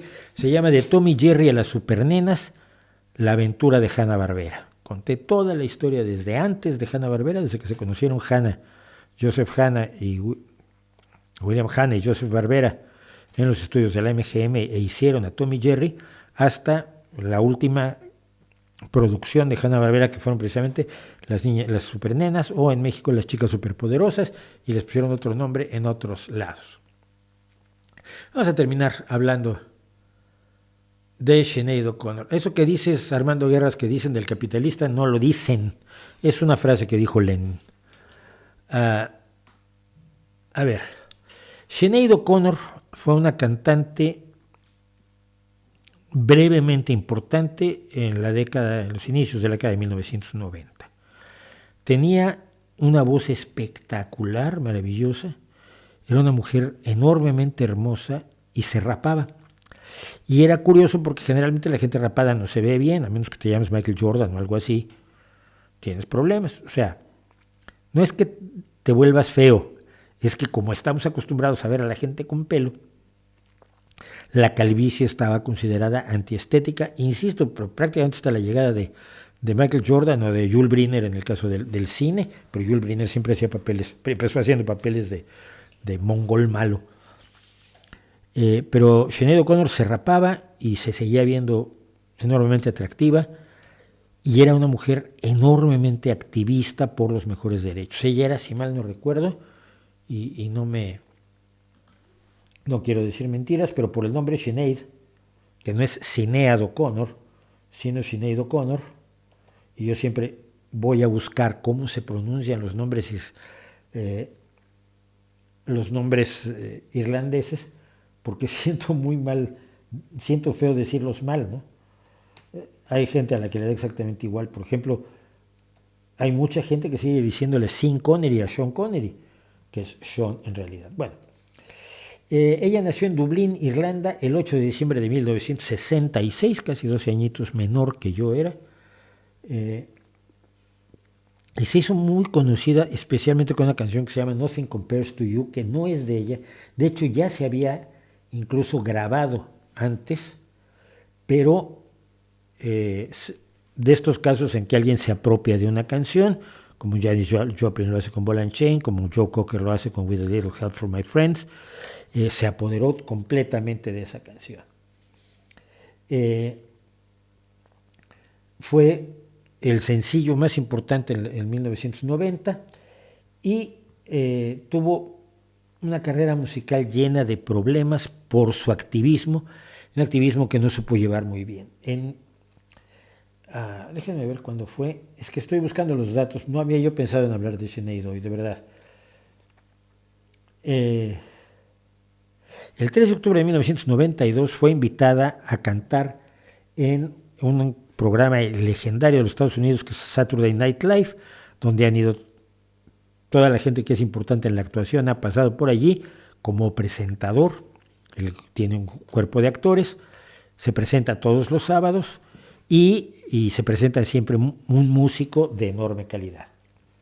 Entonces,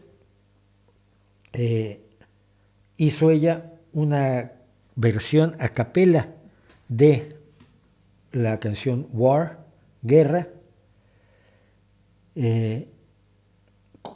y cuando terminó sacó y esta la vi en vivo. Era cuando la televisión en cable era la televisión de Estados Unidos, entonces los sábados yo veía Saturday Night Live en Querétaro. Bueno, en el 92 estaba yo en Querétaro, sí señor. Mostró una fotografía del Papa Juan Pablo II, la rompió en pedazos y dijo, luchen contra el verdadero enemigo. Esto le trajo una cantidad de problemas vergonzosa. Es decir, yo creo que todo el mundo tiene derecho a que le disguste cualquier político o cualquier líder religioso sin que se ponga la gente como loca.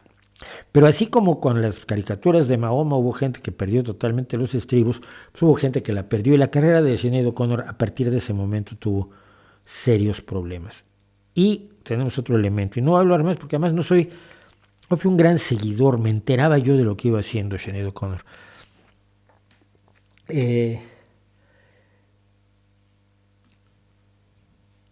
Ella siempre vivió el síndrome de U2, de la canción, de la banda U2, y la canción nunca, no he podido encontrar lo que estoy buscando. Still haven't found what I'm looking for. Y lo que estaba buscando era a ella misma. Entonces, ella, como Leonard Cohen en gran medida, siempre estuvo buscando una forma mística de hallar su verdadero ser. No se satisfacía, por lo visto, con el ser quien era. Que al final busques lo que busques, tú nunca vas a ser nadie más de que lo que eres quien eres y ya. Entonces, ella se ordenó sacerdotisa de una o dos religiones distintas. Hace un par de años informó que se había vuelto musulmana, que creía en el Corán como la verdad máxima y que iba a empezar a usar el velo.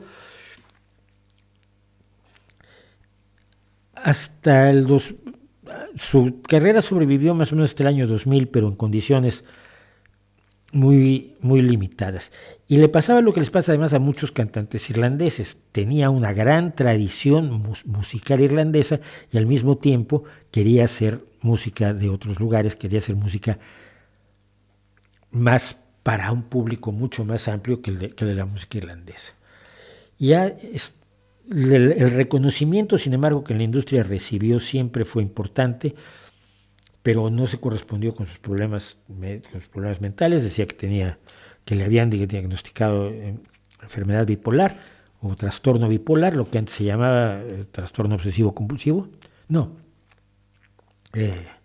es obsesivo compulsivo, perdón, es maníaco depresivo. Y como ella decía, tuvo 4 hijos con 4 señores con los que no se casó, y se casó con 4 señores con los que nunca tuvo hijos. Y finalmente nadie sabe, o por lo menos no ha salido hasta el momento que yo empecé esto y lo poco que vi, no se sabe de qué murió. Murió muy joven, pero siempre con unos conflictos internos que resultan muy inquietantes. Porque lo que necesita esa gente siempre es más apoyo psiquiátrico que fama y dinero, ¿no? El caso de Amy Winehouse también. Perseguimos la fama y cuando la tenemos nos damos cuenta que no sirve para nada. Todos los famosos, o una gran cantidad de famosos, a los muy centrados, tienen graves problemas de personalidad. No les basta ser ricos y famosos. Resulta que en la vida hay algo más que no encuentran muchas veces, ¿no? Que el dinero y el reconocimiento no te llena. Recuerdo, hice una frase de Sabina cuando hablaba de Cristina Onassis, que decía era tan pobre que no tenía más que dinero, ¿no? En ese sentido, personalmente, y por recordar ese Nothing Compares to You, que era verdaderamente, ella había estudiado canto, ella tenía un control vocal impresionante, tenía una voz que era terciopelo puro. Si lo pueden oír, el video original, de que además el video original, si mal no recuerdo, es todo el tiempo solo su cabeza cantando, ni siquiera aparece de cuerpo entero. La voz es terciopelo puro, es mantequilla, es una delicia para el oído. Vean el video original de Nothing Compares to You. Y por eso me estuve un poco al tanto y me da muchísima tristeza porque siento que tenía mucho más que dar artísticamente, pero por un lado se emboló políticamente en activismos mal llevados, no porque fueran deshonestos o inaceptables, sino porque la forma de llevarlos fue infantil, y lo de la foto del Papa es un ejemplo, y yo, que era mucho más infantil antes, sigo siéndolo, pero mucho menos, me gustó que rompiera la foto del Papa, pero por lo visto estábamos en una minoría aplastante. Y su falta de poderse encontrar a sí misma, uno de sus hijos se suicidó, en fin, tuvo una serie de problemas enormes, pues me deja con la idea de que muchas veces nunca tengas lo que hay que tener cuidado de que tengas lo que deseas, porque muchas veces no es precisamente lo que necesitas, y probablemente es su caso. Yo creo que tenía mucho que dar todavía musicalmente, pero más si se hubiera encontrado personalmente. Y con esto creo que termino, porque ya se me hizo tardísimo.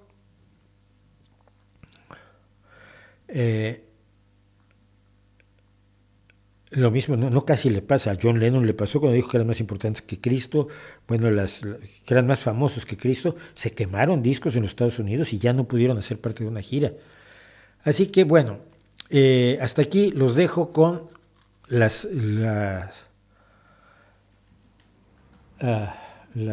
perdón, no me hallo a mí mismo.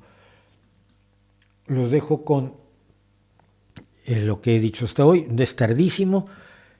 Nos vemos la próxima semana. No sé de qué va a ser el vídeo, pero trataré de hacerlo. Habrá semanas que no se pueda hacer, que las cosas son lo que son. Además voy a tomarme quizás un día de vacaciones. Pero, entre tanto, nos vemos el miércoles con el vídeo